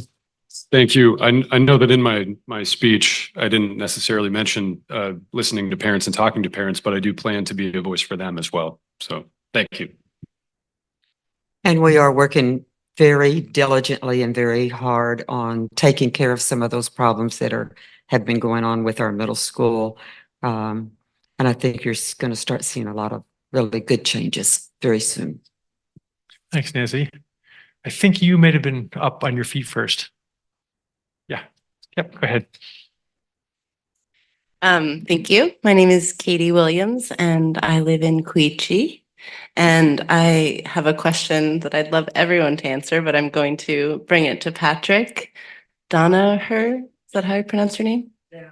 Danaher. Excuse me, Danaher. Can you share your perspectives on what beneficial public health care resources exist for Hartford seniors, and what gaps you might see that could be supported by town initiatives such as a community nurse program? Well, thank you for the question. My mom just passed away at 98, and she lived in her own home until that time, and she was blind. And she had a lot of services. Most of it was from the senior center and the bus that used to give her a ride down there. And unfortunately, that's no longer running. So I worry about the rest of the seniors in this town who need the benefit of the senior center and the benefit of getting down there and having that service. So that's one of the services. We used to have I think a lady from SASH come by as well, and also from the Society for the Blind, which is also very helpful. So those are some services that I'm aware of for the senior centers. Great. Thanks, Patrick. Other candidates for the 2-year seat, do you wish to speak to Katie's question? And it was a two-part question. What are the services available, and what gaps do you see, and how could they be served by a community nurse program? Well, I'm not really familiar on the community nurse program. I got to say that I'm a balanced budget person, and I would really have to look at that position and see if we have the funds to fund that position, and see how much it costs and how much it would grow through the years. Anybody else want to speak to that from the 2-year candidates? Oh, my apologies. Ida, I'm so sorry. Yeah. Hi, thanks so much for that question. So just to make sure I'm understanding how, what are the opportunities and gaps around caring for seniors in Hartford? I think it's been really amazing and heartwarming to see how vibrant the Bugbee Center is in our community. And I think that's a resource that we need to just continue to fully embrace and support, and make sure that there are, programming that is accessible to people as they continue to age. And I think travel gets difficult as people get older. I mean, this has affected my family, my partner's family in terms of, parents aging and dealing with dementia and factors like that. And so I think having a nurse who has that sort of, like I'm a public health person, so that public health approach of prevention and sort of general support, not just for the person themselves, but for the caregivers around that person. I think that could be, something that in partnership with the Bugby Center, a role like this could, bolster and continue to kind of think towards the future in terms of how we can support folks as they age. Okay, answer your question. Thanks. It does. Yeah. Thank you. Thanks, Katie. Thank you. Okay. Yes, sir. Bruce Riddle, Town of Hartford. I'd like to know, see by show of hands, how many of the candidates running for select board have read the town plan and read the regional plan? Town plan? The whole town plan? Good for you. You're still awake. The regional plan. You have some homework. It should be pointed out that Bruce has a 2-decade career on the planning commission. 3 decade? 2. Okay. Yes, sir. Good evening again. I'm Paul, last name Smollin, Smollin. I've been living in the town for more than 30 years. Both my kids went to school here, K through 12. I've got one big concern: finances. From what I hear is going on in Montpelier, they said, oh, you all towns, you gotta reevaluate everybody because there's so many people moved up here during the COVID that we gotta reevaluate all the towns and raise the taxes. Raise the taxes. Oh boy. Look at the tax rate last year, 3.51 cents. Look at the tax rate this year, 7.79 cents. That's twice and more than twice. Yet we do have a lot of legitimate needs in the town. The schools need some improvement. The town services need to keep running. The people need to be paid and be paid a decent salary. I see the salary 4%. I don't know what it was last year, but at Hitchcock, where I used to work, you're lucky if you got 2.25% per year as a raise, unless you walked on water. Inflation doesn't do us seniors a lot of good. I don't go down to the co-op just to pick up a can of fresh pineapple so my wife can make cake again. I sit at home and I wait, and then I do it the next day because the gasoline costs money. The food that I used to spend $30 for a little midweek trip now is $50 to $60 for the same food. I want all you folks, the school and the administration of the town, to realize that although us town residents don't really mind paying a little bit more in taxes, you better damn well look at every single penny. Great. Paul, let me. Thank you. Thanks. If anybody wants to take 30 seconds to speak to Paul's comments, just grab a microphone, and he did direct it to town and school, so anybody should feel free.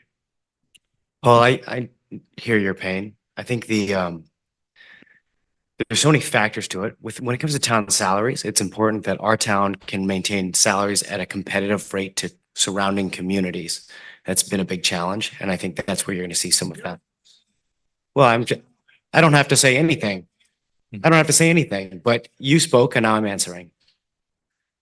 The other thing with respect to taxes is that the tax rate going up can be fixed, not just by budget cuts, which I understand you're saying, but also through growth in the grand list. One of the things that's happening in 2025 is a reappraisal of the whole town.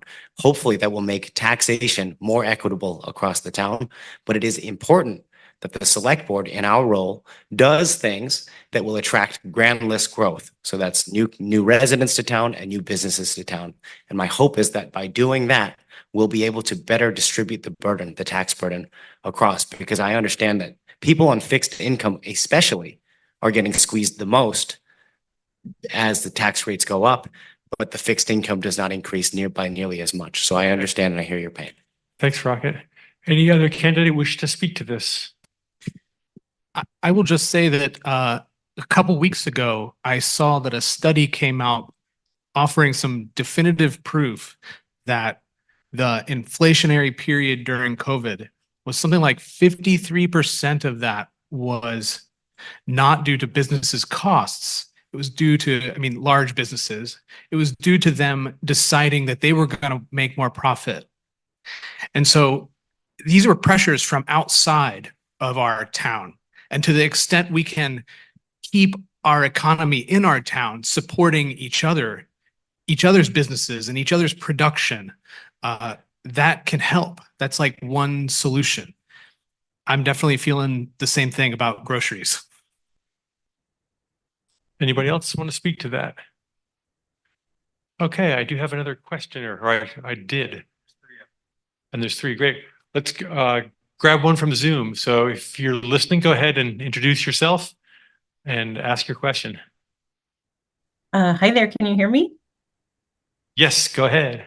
Hi there, this is Kim Souza, and I live in Hartford Village, and I'm speaking on behalf of myself personally as a resident and not on behalf of the Hartford Select Board. My question, or actually I guess I have three clarifications I'd like to ask Patrick Danaher about, if that's possible. In Patrick's opening statement this evening, he mentioned that, and I'm not sure if I'm quoting this correctly because I was just listening to his speech, but he mentioned that climate efforts cannot be measured. So I'd like him to speak to that if possible. And then he also mentioned something about progressives wanting folks to just comply, like compliance with everything. And I'm not sure what that meant. And then also during the session at the Bugby Center, which was much appreciated, he spent a lot of time talking about community spirit. And I'm wondering if he thinks that that is something that he would also consider a social issue, and if he could elaborate on those things. Thank you. Okay, thanks, Kim. And those are questions for Patrick, I believe. So what was the first question? Climate. How do you measure climate, Kim? Have you read the climate action plan, Patrick? Okay, just she asked some questions, Patrick. Feel free to answer, but I don't want to have a back and forth, but go ahead and respond. Right. Well, how do you measure the climate? I don't know. And how much money are we spending on it? So that's my query. What's your second question? Second question was relating to something you mentioned about the progressives wanting compliance for everything, and I'm just not sure what you specifically. I think that was in reference to open dialogue, and I don't think we have enough of that in town. I think a lot of people are intimidated; they're afraid to speak out their opinion. So that's what that was about. And the third question was social issue. Yeah, it maybe is a social issue. Just to clarify, I was asking about social issues relating to you spoke to an extent at the Bugby Center about community spirit. And I'm wondering if you think that that would be considered something that you refer to as a social issue. Community spirit. No, a community spirit is public participation and wanting to be involved. And I don't think our current boards are really seeking community involvement enough. Great, thanks, Patrick, and thanks, Kim. Next question right here. Hi, I'm James Donahue. I'm a White River Junction resident. I just have a question for, I think Rocket or Brandon, both of you spoke to the growth potential for White River or for Hartford.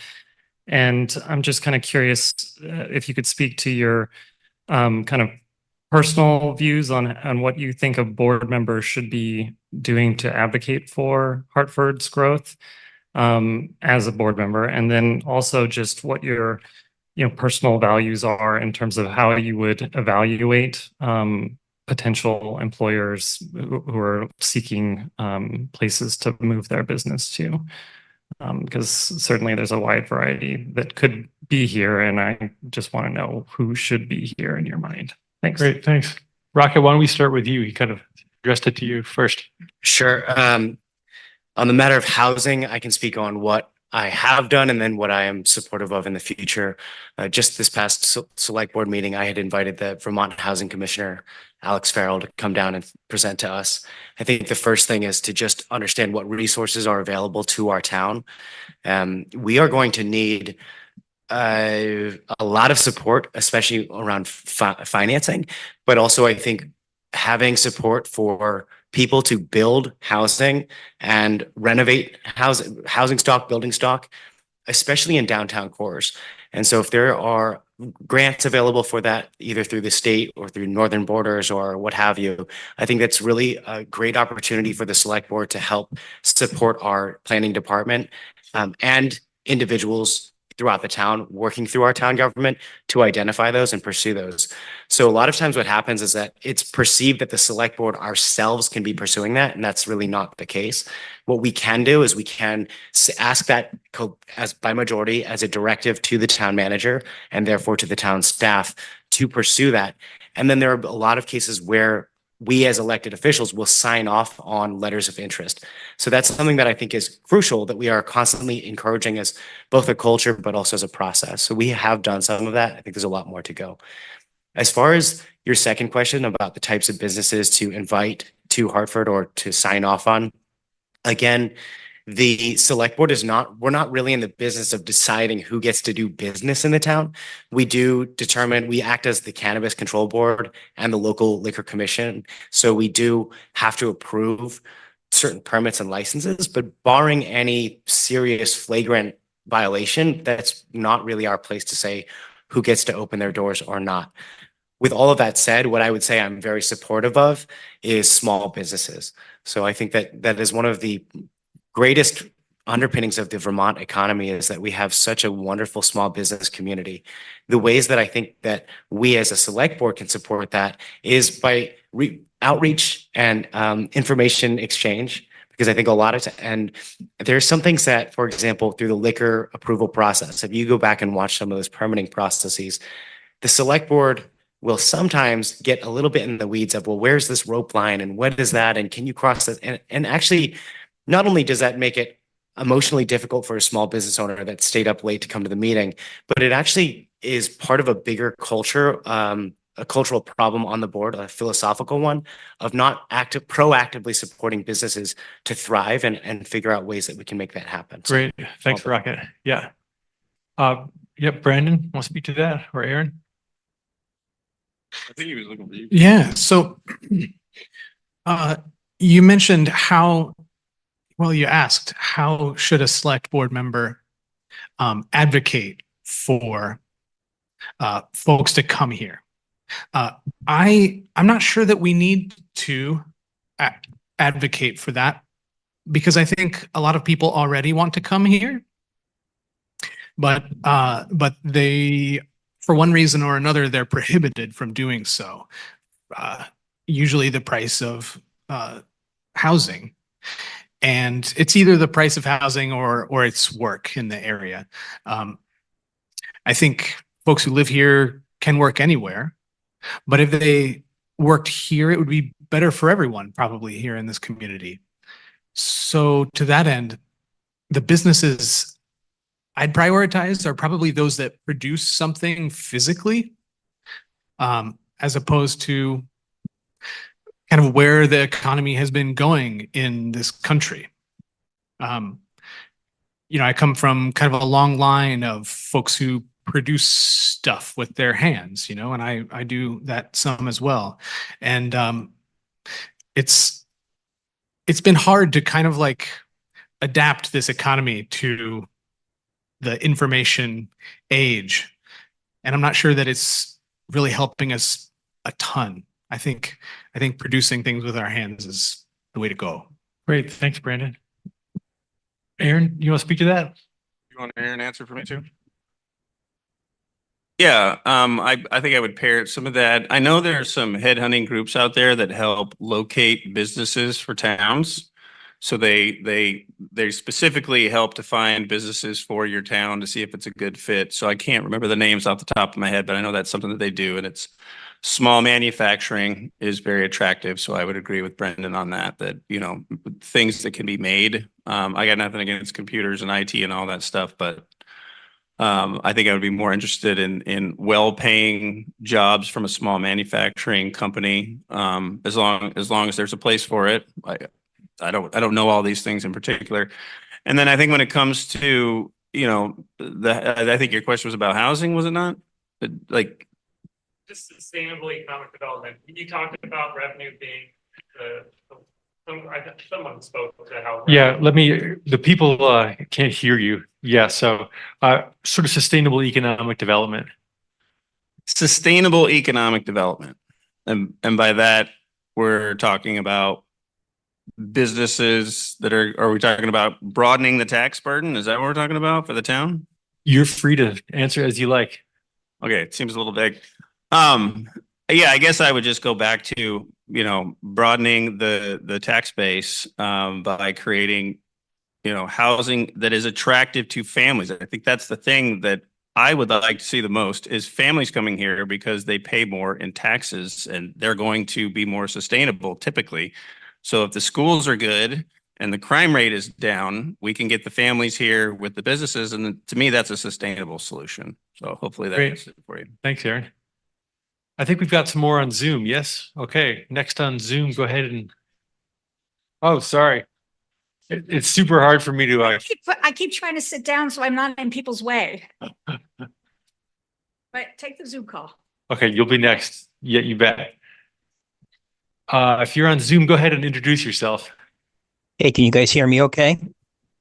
Yes. Okay, I'm going to try and structure this in a kind of a slightly different manner because we have sort of a You weird. have to introduce yourself again. Oh, I'm sorry. My name is Tim Ferriel. I'm from White River Junction. And I just want to sort of put this out as sort of a plea and then get a comment from the two school board candidates running. And I'm glad you guys are both running. You're great people. And it kind of is a little bit of a odd one, but I just, for perspective, you know, I moved to my home here up on the hill looking over White River in 2008, and my taxes over that time have more than doubled. And I have always voted school budgets and town budgets in. I generally think they're well thought out and reasonable. But in this particular cycle, you guys have two things going on. You obviously have your state funding formula problems, but you also have a bond for $21 million with, as people have talked about. And I'm sort of putting out this plea because arguably, if you both get elected, I think you'll be able to put input into what budget is presented for voters at the next time that's presented. And I just want to sort of use this metaphor a little bit with my own home, where I have plenty of work to do to fix it up and make it work. And yet on a year by year basis, we as a family have to make the decisions of like what we can afford and can't. And I've heard over and over again that the pressing matters for the school are this $4.5–5 million kind of urgent matters. And I'm pleading with you to present to this town that's clearly economically stressed right now, a bond that is smaller, that is $5 million or some number, pick a number, but less than 21, to present at this time to address those pertinent matters and wait for the economy to get better, for people's lives to get better, hopefully, and also for bond rates to improve, and all kinds of things can happen. Very likely the state will present funding for schools for these issues because there are statewide problems. So it's sort of a plea, and I just want you both to comment on it briefly, if you would. Why wouldn't you thanks, Tim. consider just putting that bond up for a smaller number this year? Thank you. Great. I'll, and again, to clarify, we don't know what the bond is going to be. That the number on the ballot has been rescinded. But yes, please go ahead and speak to Tim's plea. Sure. So again, I'll start by saying I'm very new to all of this. So first, I plan to talk to all my fellow board members and learn more about the budget and kind of how we ended up where we are. But from what I've seen with the bond, there's a whole lot of aging infrastructure that's going to be fixed up based on that bond. So I guess I would say that I would have to take a critical look at all of those things at I think Sarah had said the 450,000 square feet of school, and see if there's anything that could wait. But I mean, with our newest building at 30 years old, I feel like a lot of those things have already waited a pretty long time. Thanks. Hi, Tim. Thanks for your questions. Tim's been very involved, for the ones of you who don't know, who's been very involved in the town of Hartford, and we appreciate his time and his efforts. But just as was said prior to, and even as Kevin said earlier, we don't know what that bond is going to be as we're coming ahead now. We don't know what those numbers are going to be until we've had a chance to sit down as a board and reevaluate now that that hopefully this will be the last budget that we have to present to you for this year. This will be our 5th budget. And for the ones of you that have worked on budgets, you can just well imagine the number of sleepless hours that we have put in to be able to take care of our district and our buildings and our teachers and our students, and to take care of you as taxpayers. I too live here in White River, so I too am affected. My husband and I are both retired. So we're some of those people that are out there with you that say, we don't have a whole lot of money here. We don't have a paycheck coming in. We survive on Social Security and a little bit of retirement. So I do understand, and please be assured that we are going to present to you the best that we can come up with the needs that we know that we have here in our district. Great. Thanks, Nancy. Thank you. Okay. Waited patiently. Hi, I'm Paulette Osborne, and I live right up the road in Hartford. First of all, I want to thank Garrett and Nancy. I'm a little bit sad. Nobody's running against you, but I'm happy that you are, because obviously we have seats. So thank you very much for that. And I want to thank all the candidates up here tonight. And I'm a very emotional person, so I might get a little weepy, maybe, I don't know. But I have to say that I never thought I would hear a more hateful speech than yours, Mr. Warner.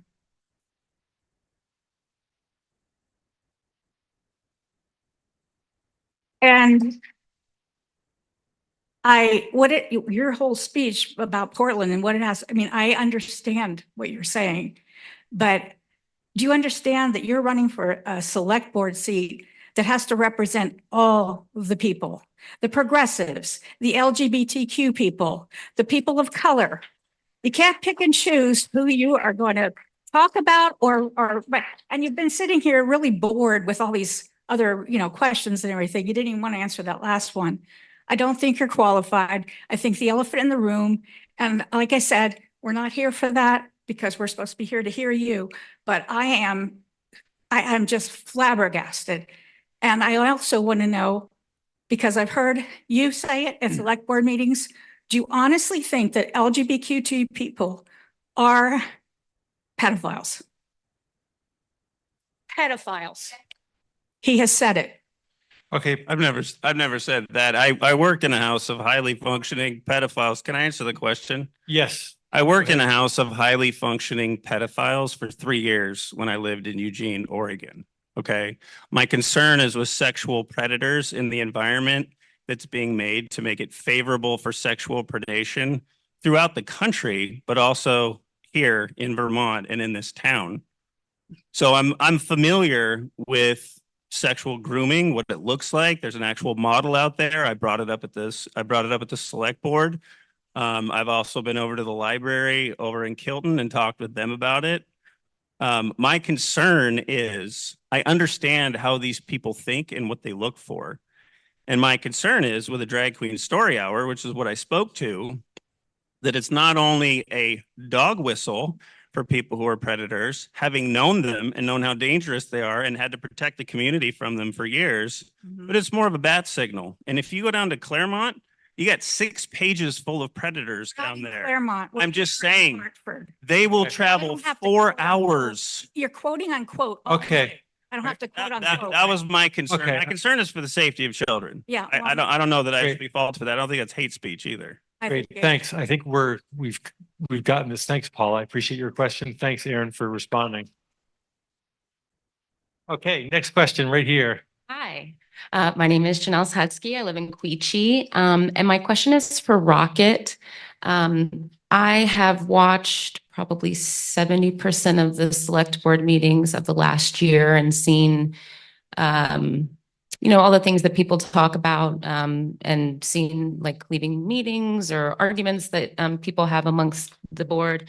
And I've also seen that liaison assignments were kept. And so I really appreciate you apologizing tonight, and I think that's great.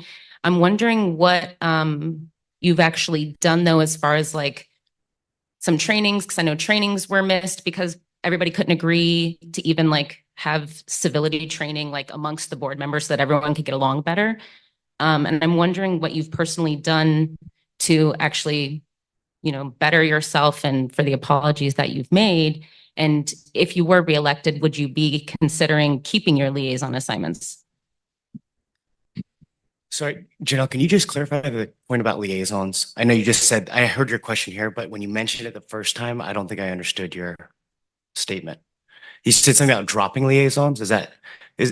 Well, I asked if you were elected, would you continue to keep your liaison assignments for the full term? I thought I heard that you had not kept all of your liaison assignments. That's inaccurate. So we reset the liaisons after every election. Correct. And so after I served my liaison service for the first year, and then for the second year, I made it clear to the chair that I would not have time to serve on as many liaisonships for this year. So in the transition between within each year, I did my liaison duty. Okay. Yes, so I guess maybe I could change it to, do you have the time commitment then to be on the select board again? to be on the select board or to be liaisons to committees? Isn't that part of being on the select board? It is a part of it, and I was the liaison to a couple committees this year. So, Okay. but I think there's a bunch of things you touched on, and I'm happy to just go through this. So, Okay. Yeah, I gave a lot of thought to not running this year.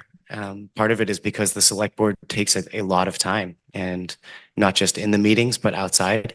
And outside of the select board, I live a very robust, very colorful, and very busy life. And so I thought, is this worth another couple years of public service or not? And I wanted to only run if I felt like I was able and willing to commit and serve. And so I thought about it a lot. I posed the question online. I think some people thought I was baiting, but really I was hoping to get critical feedback, and I got some really good critical feedback, which was great to hear. And then I decided that, yeah, I would, after graduating, be able to commit to living in town, to staying in town, to continuing my service. So short answer to all of that.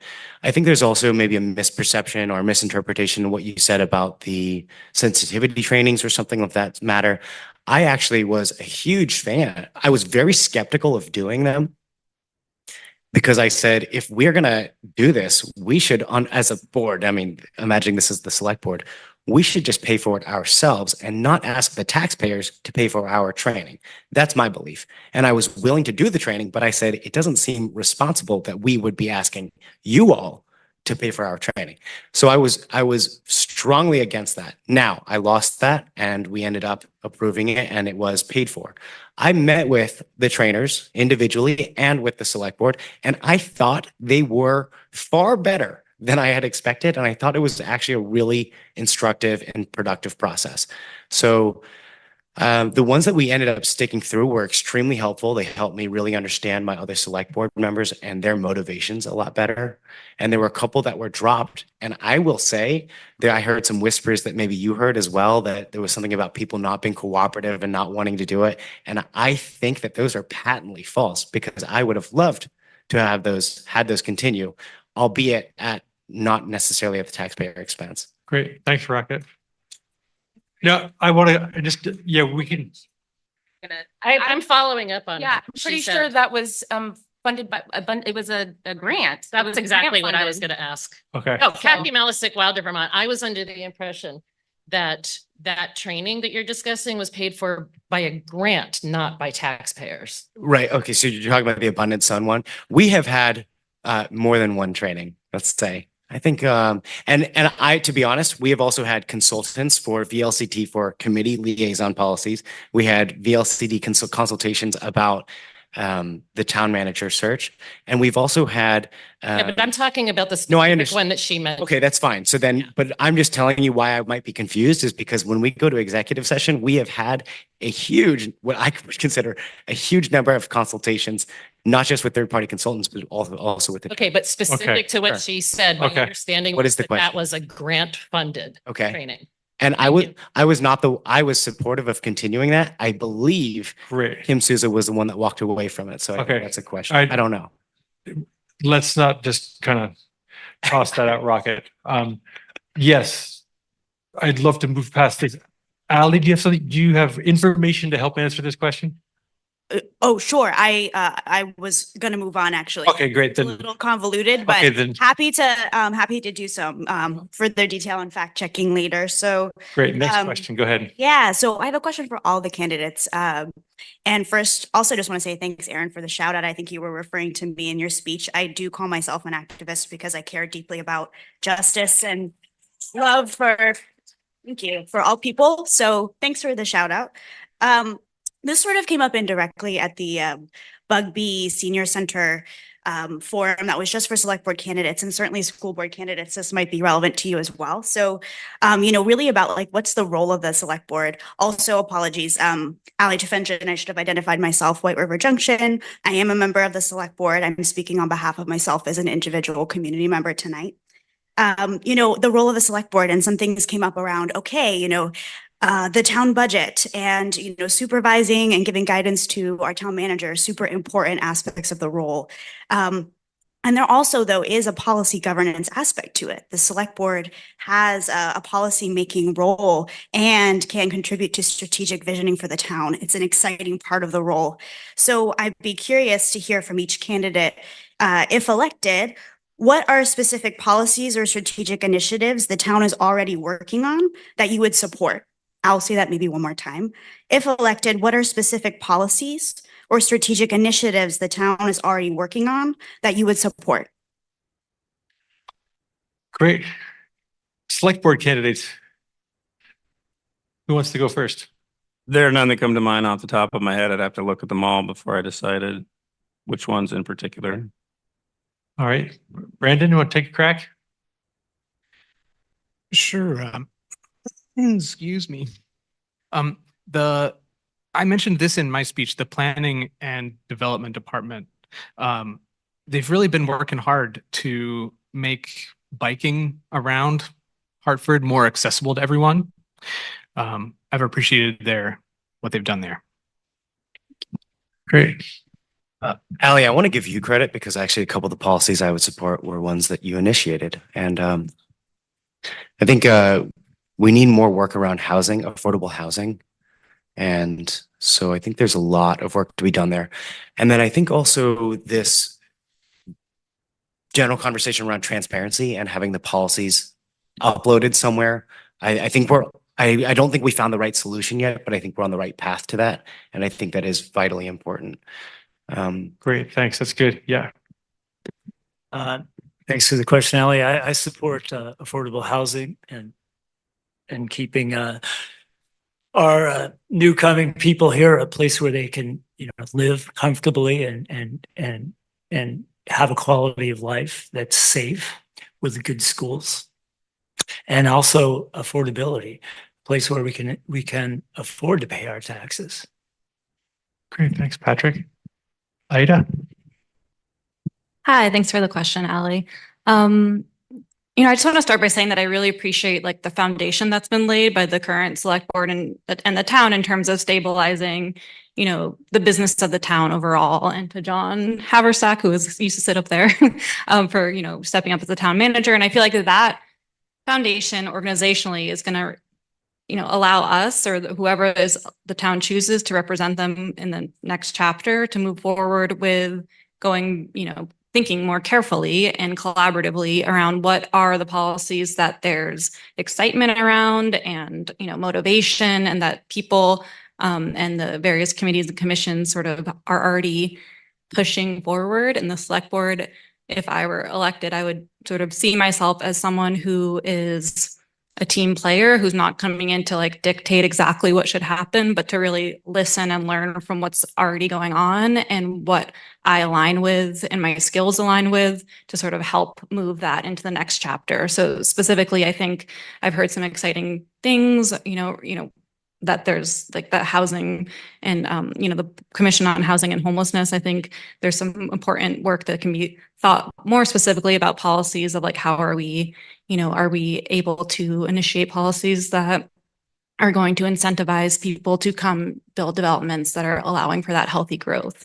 And then additionally, I would say, I'm really happy that there's a climate action plan and that there's really dedicated folks that are thinking about that through the lens of our infrastructure and applying that lens of like, how are we preparing for a future and also doing our part to not contribute to climate change as a town. So those are some of the folks that I would want to work with to really think about how we can make policies a reality. Great, thanks, Ida.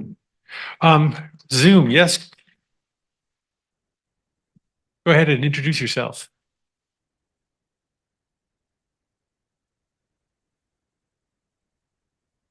If you're on Zoom, go ahead and introduce yourself and ask your question. Yep, go ahead. Okay, hello, my name is Rachel, and my question is for Patrick and for Aaron. I am a parent of a Native American, and he attends Dothan. And in the time, there were some, I guess you would say, racial type of things that he had to endure, but the school totally challenged it and it was just squashed. And I was so proud of Dothan School. And as a resident of Hartford, if I were to come to the select board and say, hey, this happened, can we get a DEI thing going on? What would you say? Thanks, Rachel. Patrick, I think that was for you. So the question is, could we get a DEI thing going on? I think her question, yeah, go ahead. Sure, if we have the funds for that. Yes. My child, who is Native American, and I came to you as a select board saying, because as a select board, you represent the whole town of Hartford. And so if I came and said, can we get some type of DEI going on the select board, what would you say to Patrick and Aaron? Again, I would say, sure, if we had the funds for it. Okay, Aaron, you want to speak to that? Yeah, sure. Well, the first thing I want to do is I want to just respond to the comment earlier from this woman who said it was the most hateful speech that she had ever heard. I'd be interested to know what was hateful. Okay, Aaron. That's fine, but Aaron. here's my point. Nothing that I said did I say in regard to hating anybody, especially when it comes to race. And I'll give you a good example. I grew up in a very interracially mixed neighborhood. My best friend growing up was Black. His name was Lanny. He was Orlando. Yeah, I appreciate the activist laughter. It's nice. But my point is, I've never tolerated racism in my life. It's not something that I condone. I'm a little saddened that our country is still dealing with what I thought was an issue that we put away a long time ago. Quite honestly, it feels like it's been brought back up. As for your child, if your child was racially denigrated in school. That's horrific. I think the school should take care of it. When it comes to starting up something that is DEI, which is diversity, equity, and inclusion, that seems like a very long step to teach children a very basic lesson about not being hateful towards other kids for an immutable characteristic like their race. Dothan did an amazing job. So I'm asking you, as a select board, Well, if how they would did an you amazing do job that? without a DEI program, I would say you don't need a DEI program. But if you wanted to institute a DEI program and you came to the town, I would be very interested to know what the cost is and how that's supposed to help stop Okay, great. racial activity at the school. Thanks, Aaron. Brandon or Rocket, do you want to speak to this since we're no need to? Okay, great. I think we have okay, we're all set there. Yes, sir. You're next. Lanny Collins from Queechee, speaking for myself and not as a select board member. So this year, the town budget has seen a very significant increase. The town select board, personally, I did not vote for the budget. I do not support it. The select board put into the budget for stipends for boards and commissions for $62,850 for boards and commissions for people to be paid to serve as boards and commission members. For those of you that are running for the select board, do you feel this is a justifiable cost to pass along to the taxpayers? And for Rocket, you voted for this. How do you justify the vote of spending these people's money for $68,850 or $62,850 for this people to show up and do this? There used to be a time in the town of Hartford, there was a thing called public service and doing the job of helping out your fellow man. Thank you. Great. Raka, why don't you start? Yeah, speaking to this question. Yeah, I would rather not see people get compensated to serve on committees. Personally, I think that it's a act of volunteerism. I mean, people on the select board marginally get paid. With that said, Lanny, I think you know, and every select board member knows that when we assemble a budget, some line items are easy. Some line items are a matter of huge contention. And we go through a lot of research, presentations, discussion, debate, and then we vote. And as a majority, whatever the majority rules, we put that in. Each one of those small battles is how the budget ends up getting comprised. Do I fully 100% agree with the budget? No, I don't. But at some point, when you say we as a town have to come together and work together and find a solution and propose something that is reasonable to the taxpayers, then we do. I mean, and I think you can be obstinate and say, well, I didn't win this one line item, or I feel very principled about this other, and vote against it. That is completely your right.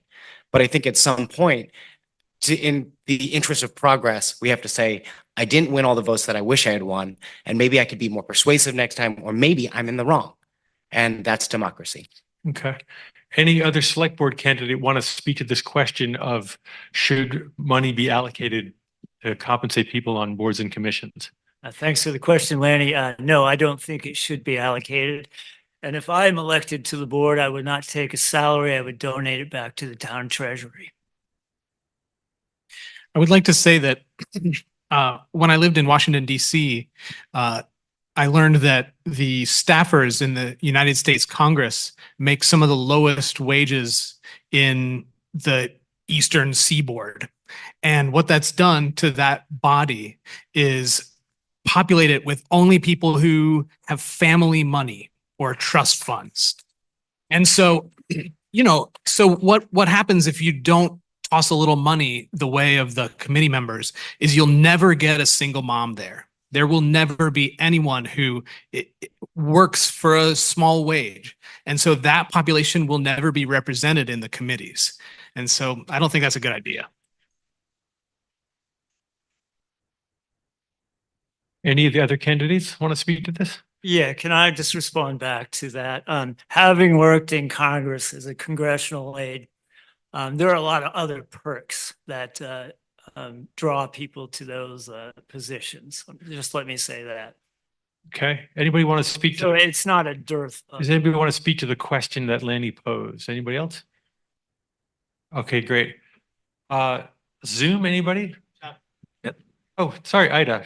Sure, I wasn't trying to avoid the question here. I think, I think it's wonderful that we have volunteers that are willing to work for and serve for our town, and I appreciate everyone who does that. I also do think that, if we can make it more accessible for folks to do, I mean, some of these jobs probably take a lot more time than others. And if people are really doing some heavy lifting on these commissions and committees that are helping our town function, then yes, I think it's respectful to offer them a stipend for their time. Thanks, Ida. Anybody here? Yes, sir.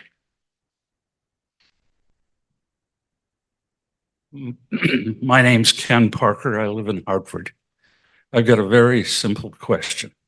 I haven't heard anything said by the school department about what the conditions are in our facilities that are plaguing other communities around the state. There are a number of school districts that are having problems with PCBs or other adverse chemical problems in their school buildings. I haven't heard anything said about this. Have we had a study done? Do we know whether or not we have problems? I'd like to know that before we have a $21 million bond issue put to us, and then find out afterwards that we didn't do our homework and we have more money that's going to need to be raised to solve the problem. Woodstock's looking at $75 million.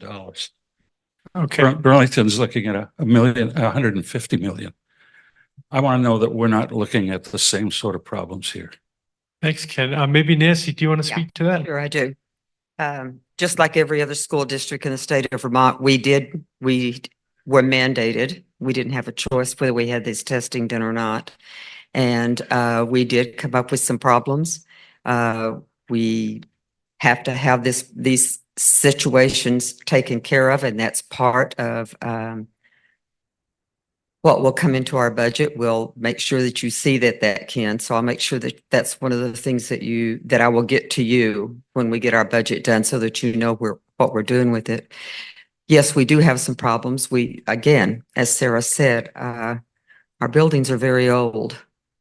And from my being very old and having to slow down a lot, I can appreciate the fact, and I also live in one of these really old houses here in White River. So there is money that we're going to have to put out. And the first things that we're going to be taking care of are the safety and health issues that we are mandated that we have to take care of, or else we will be closed down as a school. And none of us want that. And it's going to cost us some money, folks. I'm sorry. It's just going to. It's things that we never thought about with the PCP stuff. It's the water testing. Yes, we have had our water tested. Yes, we have made all the remedies. It is safe to drink in our schools. I assure you of that. Hold on, Jeff. I know. I see you.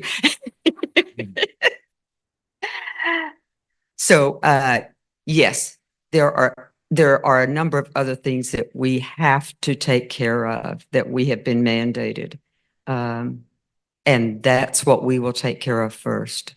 The things that have to be done first to keep our children safe, to keep our staff safe and healthy. Does that answer your question, Ken? Thanks, Nancy. Okay. Okay, our next question. Jeff Arnold, Wilder, Vermont.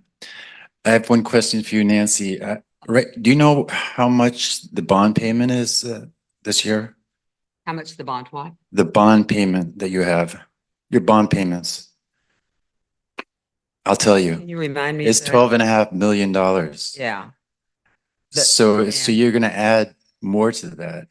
That's a quarter of your budget already, before the $20 million additional bond that you want to. And remember that we don't know what it's going to be until we can get to these figures. Now that the governor has signed 850 into law, and that just happened. Was that your question, Jeff, or do you have another one? Yep, I do. Of course. As far as the stipends go, I get a stipend. I'm the tree warden in town. I'm also the chair of the tree board. And as part of the tree board, I brought in $3,500. So I basically covered my stipend and made a profit for the town. So thank you. And my other comment is there was a lot of resistance against the local option tax when it first came up, 2018. And yet it's netted $1.8 million in 5 years. And it's paid for ambulances. It's paid $300,000 for his libraries. It's paid for a lot of police equipment and so forth. So all that money that we thought, or back 5 years ago, that said it's going to put all the restaurants out of business, has saved us a lot in taxes, because that $1.8 million would normally go into the general fund. I mean, we'd have to pay out of the general fund, and we'd be taxed that. So now we have in the charter 1% sales tax that we could add, and it doesn't tax clothes, it doesn't tax food, it doesn't tax cars, it doesn't tax medical supplies, and it does tax cannabis, and it could net us $700,000. It would tax our Amazon, but I think we can afford a 1% tax on our Amazon purchases, because for the community, that tax is going to get us $700,000, and we can't even afford to connect the road gates to the upper terraces. We've just left it abandoned, and it's historically been a route. I used to live up there on Fairview Terrace. Jeff, do you want to ask a My question is for the board. Sorry about that.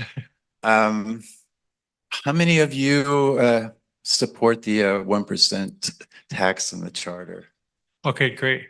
We'll do that. We can talk more on Saturday about the charter issues as well, but why don't we just do a quick round of the candidates for select board? Maybe Ida will start at your end and work down. Do you support the local option tax question on the ballot? Sure.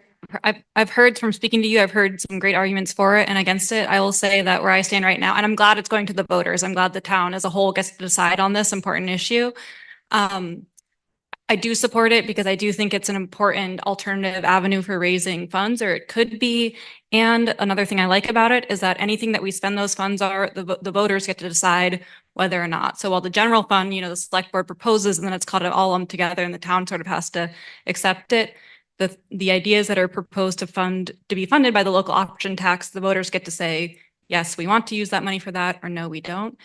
So it's a little bit more of a direct participation way to fund some of the services in our town. But I'm glad that we're all deciding it's a community and it's not just up to me.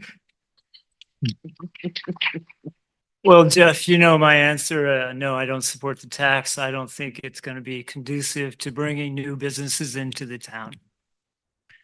I was supportive of the local option tax as a way of finding a way to tax cannabis. I have since pivoted because the problem with sales taxes they can be regressive, which is that they hurt the poor the most. Now, we do have a lot of exemptions around because of the state. But I think it's worthwhile of at least having good data and knowing what the impact is going to be before we support it. The other thing with cannabis is cannabis businesses get taxed 6% sales and 14% by the state. So it's 20% of their sales go to state.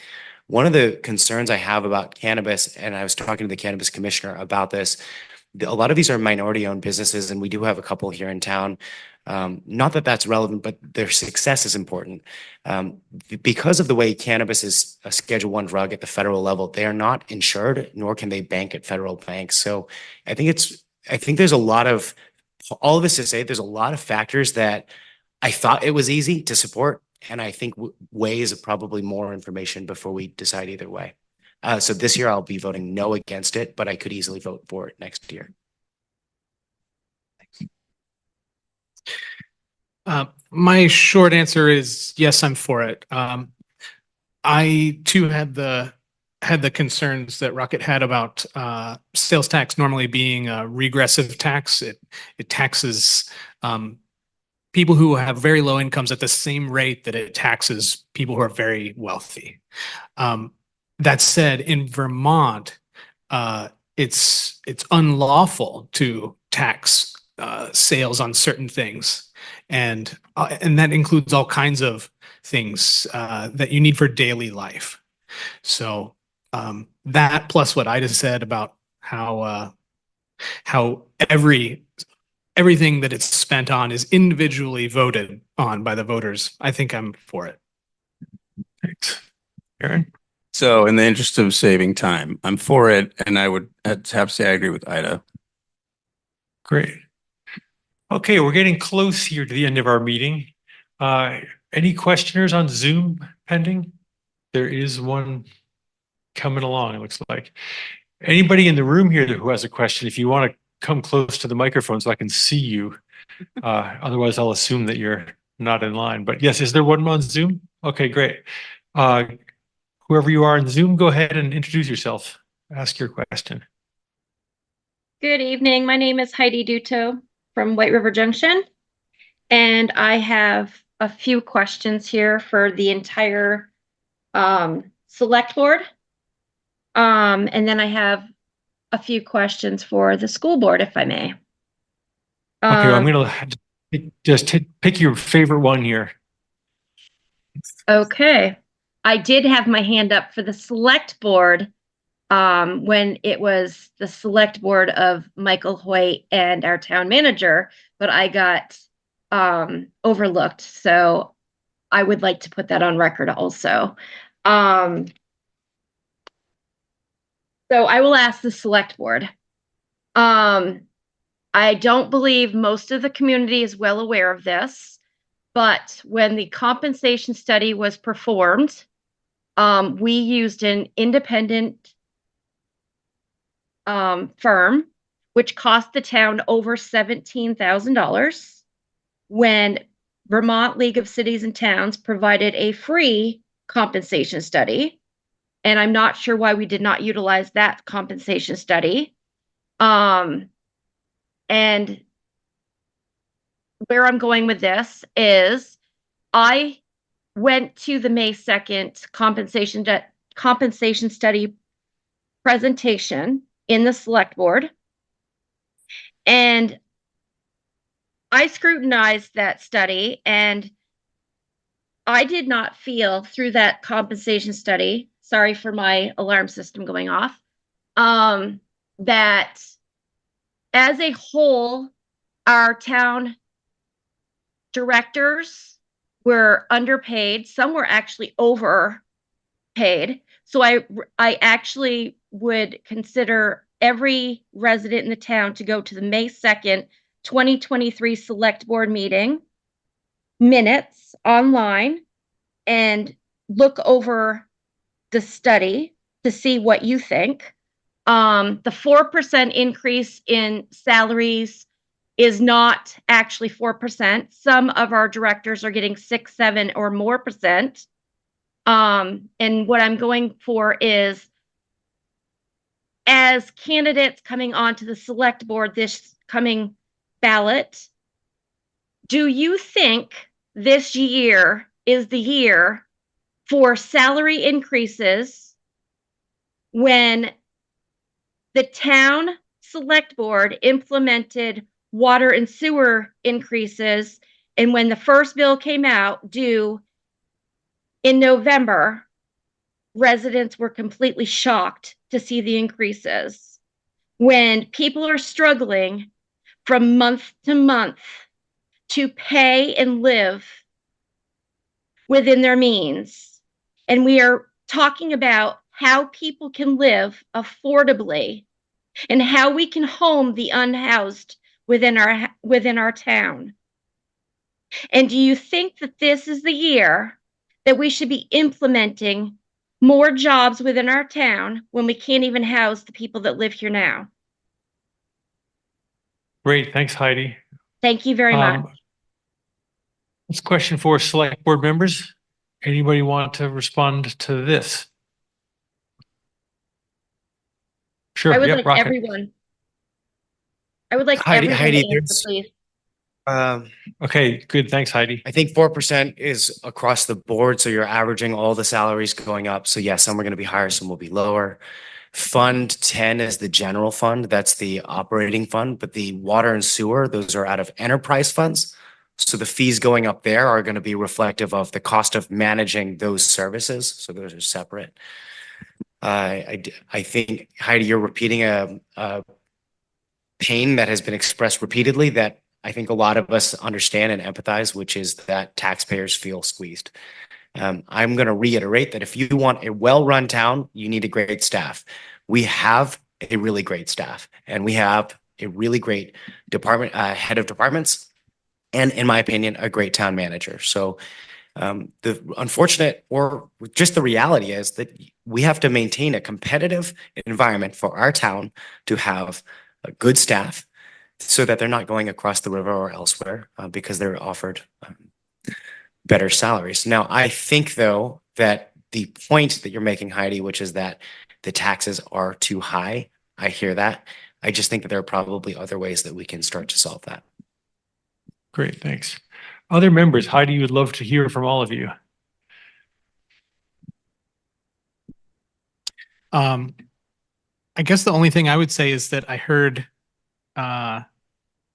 someone who's on the staff at the town say earlier tonight that the one of the goals of the compensation study was to make sure that pay for each position was brought to the 65th percentile. And I'm not sure what the radius was, whether it was just Vermont, New Hampshire or wider.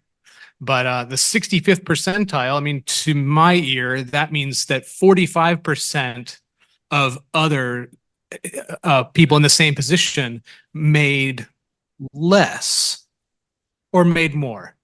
But regardless, it's 65th percentile to me seems like the folks are not gouging the town. We're not paying in the 95th percentile of wages. They are contributing. They're doing something for us at a good value. Other candidates?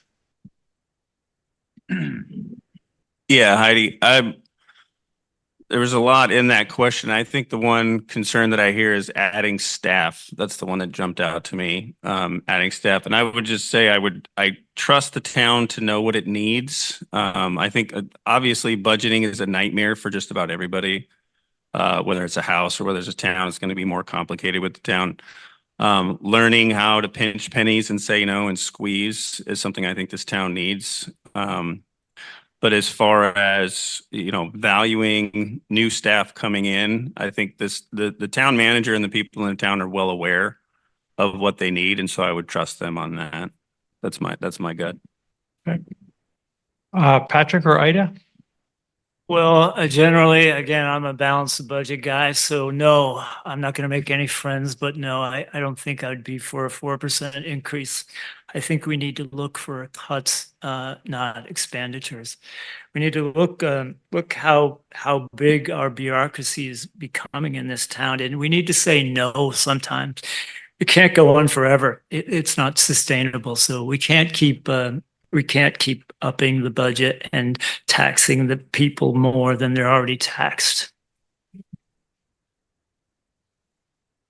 Hi, thanks for the question, Heidi. I appreciate your attentiveness to the issue. I think what's hard about just putting a lens around the salaries that people and the raises that people get, or that those folks who are getting maybe a 4 or 6% salary increase, they're also dealing with the increased cost and inflation and taxes, and whether it's in Hartford or the town that they live in. So I think for me, I would want to, think more holistically about the budget overall, and hear from the department heads about, what the work that's being done and what's needed and how they're able to retain and recruit the folks that they need, and trust that they know what they need for their staff. And if there's a new position, that they've thought carefully about that and with the taxpayers in mind. Okay, great. I see nobody microphone here. Hello. So I want to Hello? thank all of our candidates for being here tonight. Chuck, may I say one more thing? Chuck, can I say one more thing?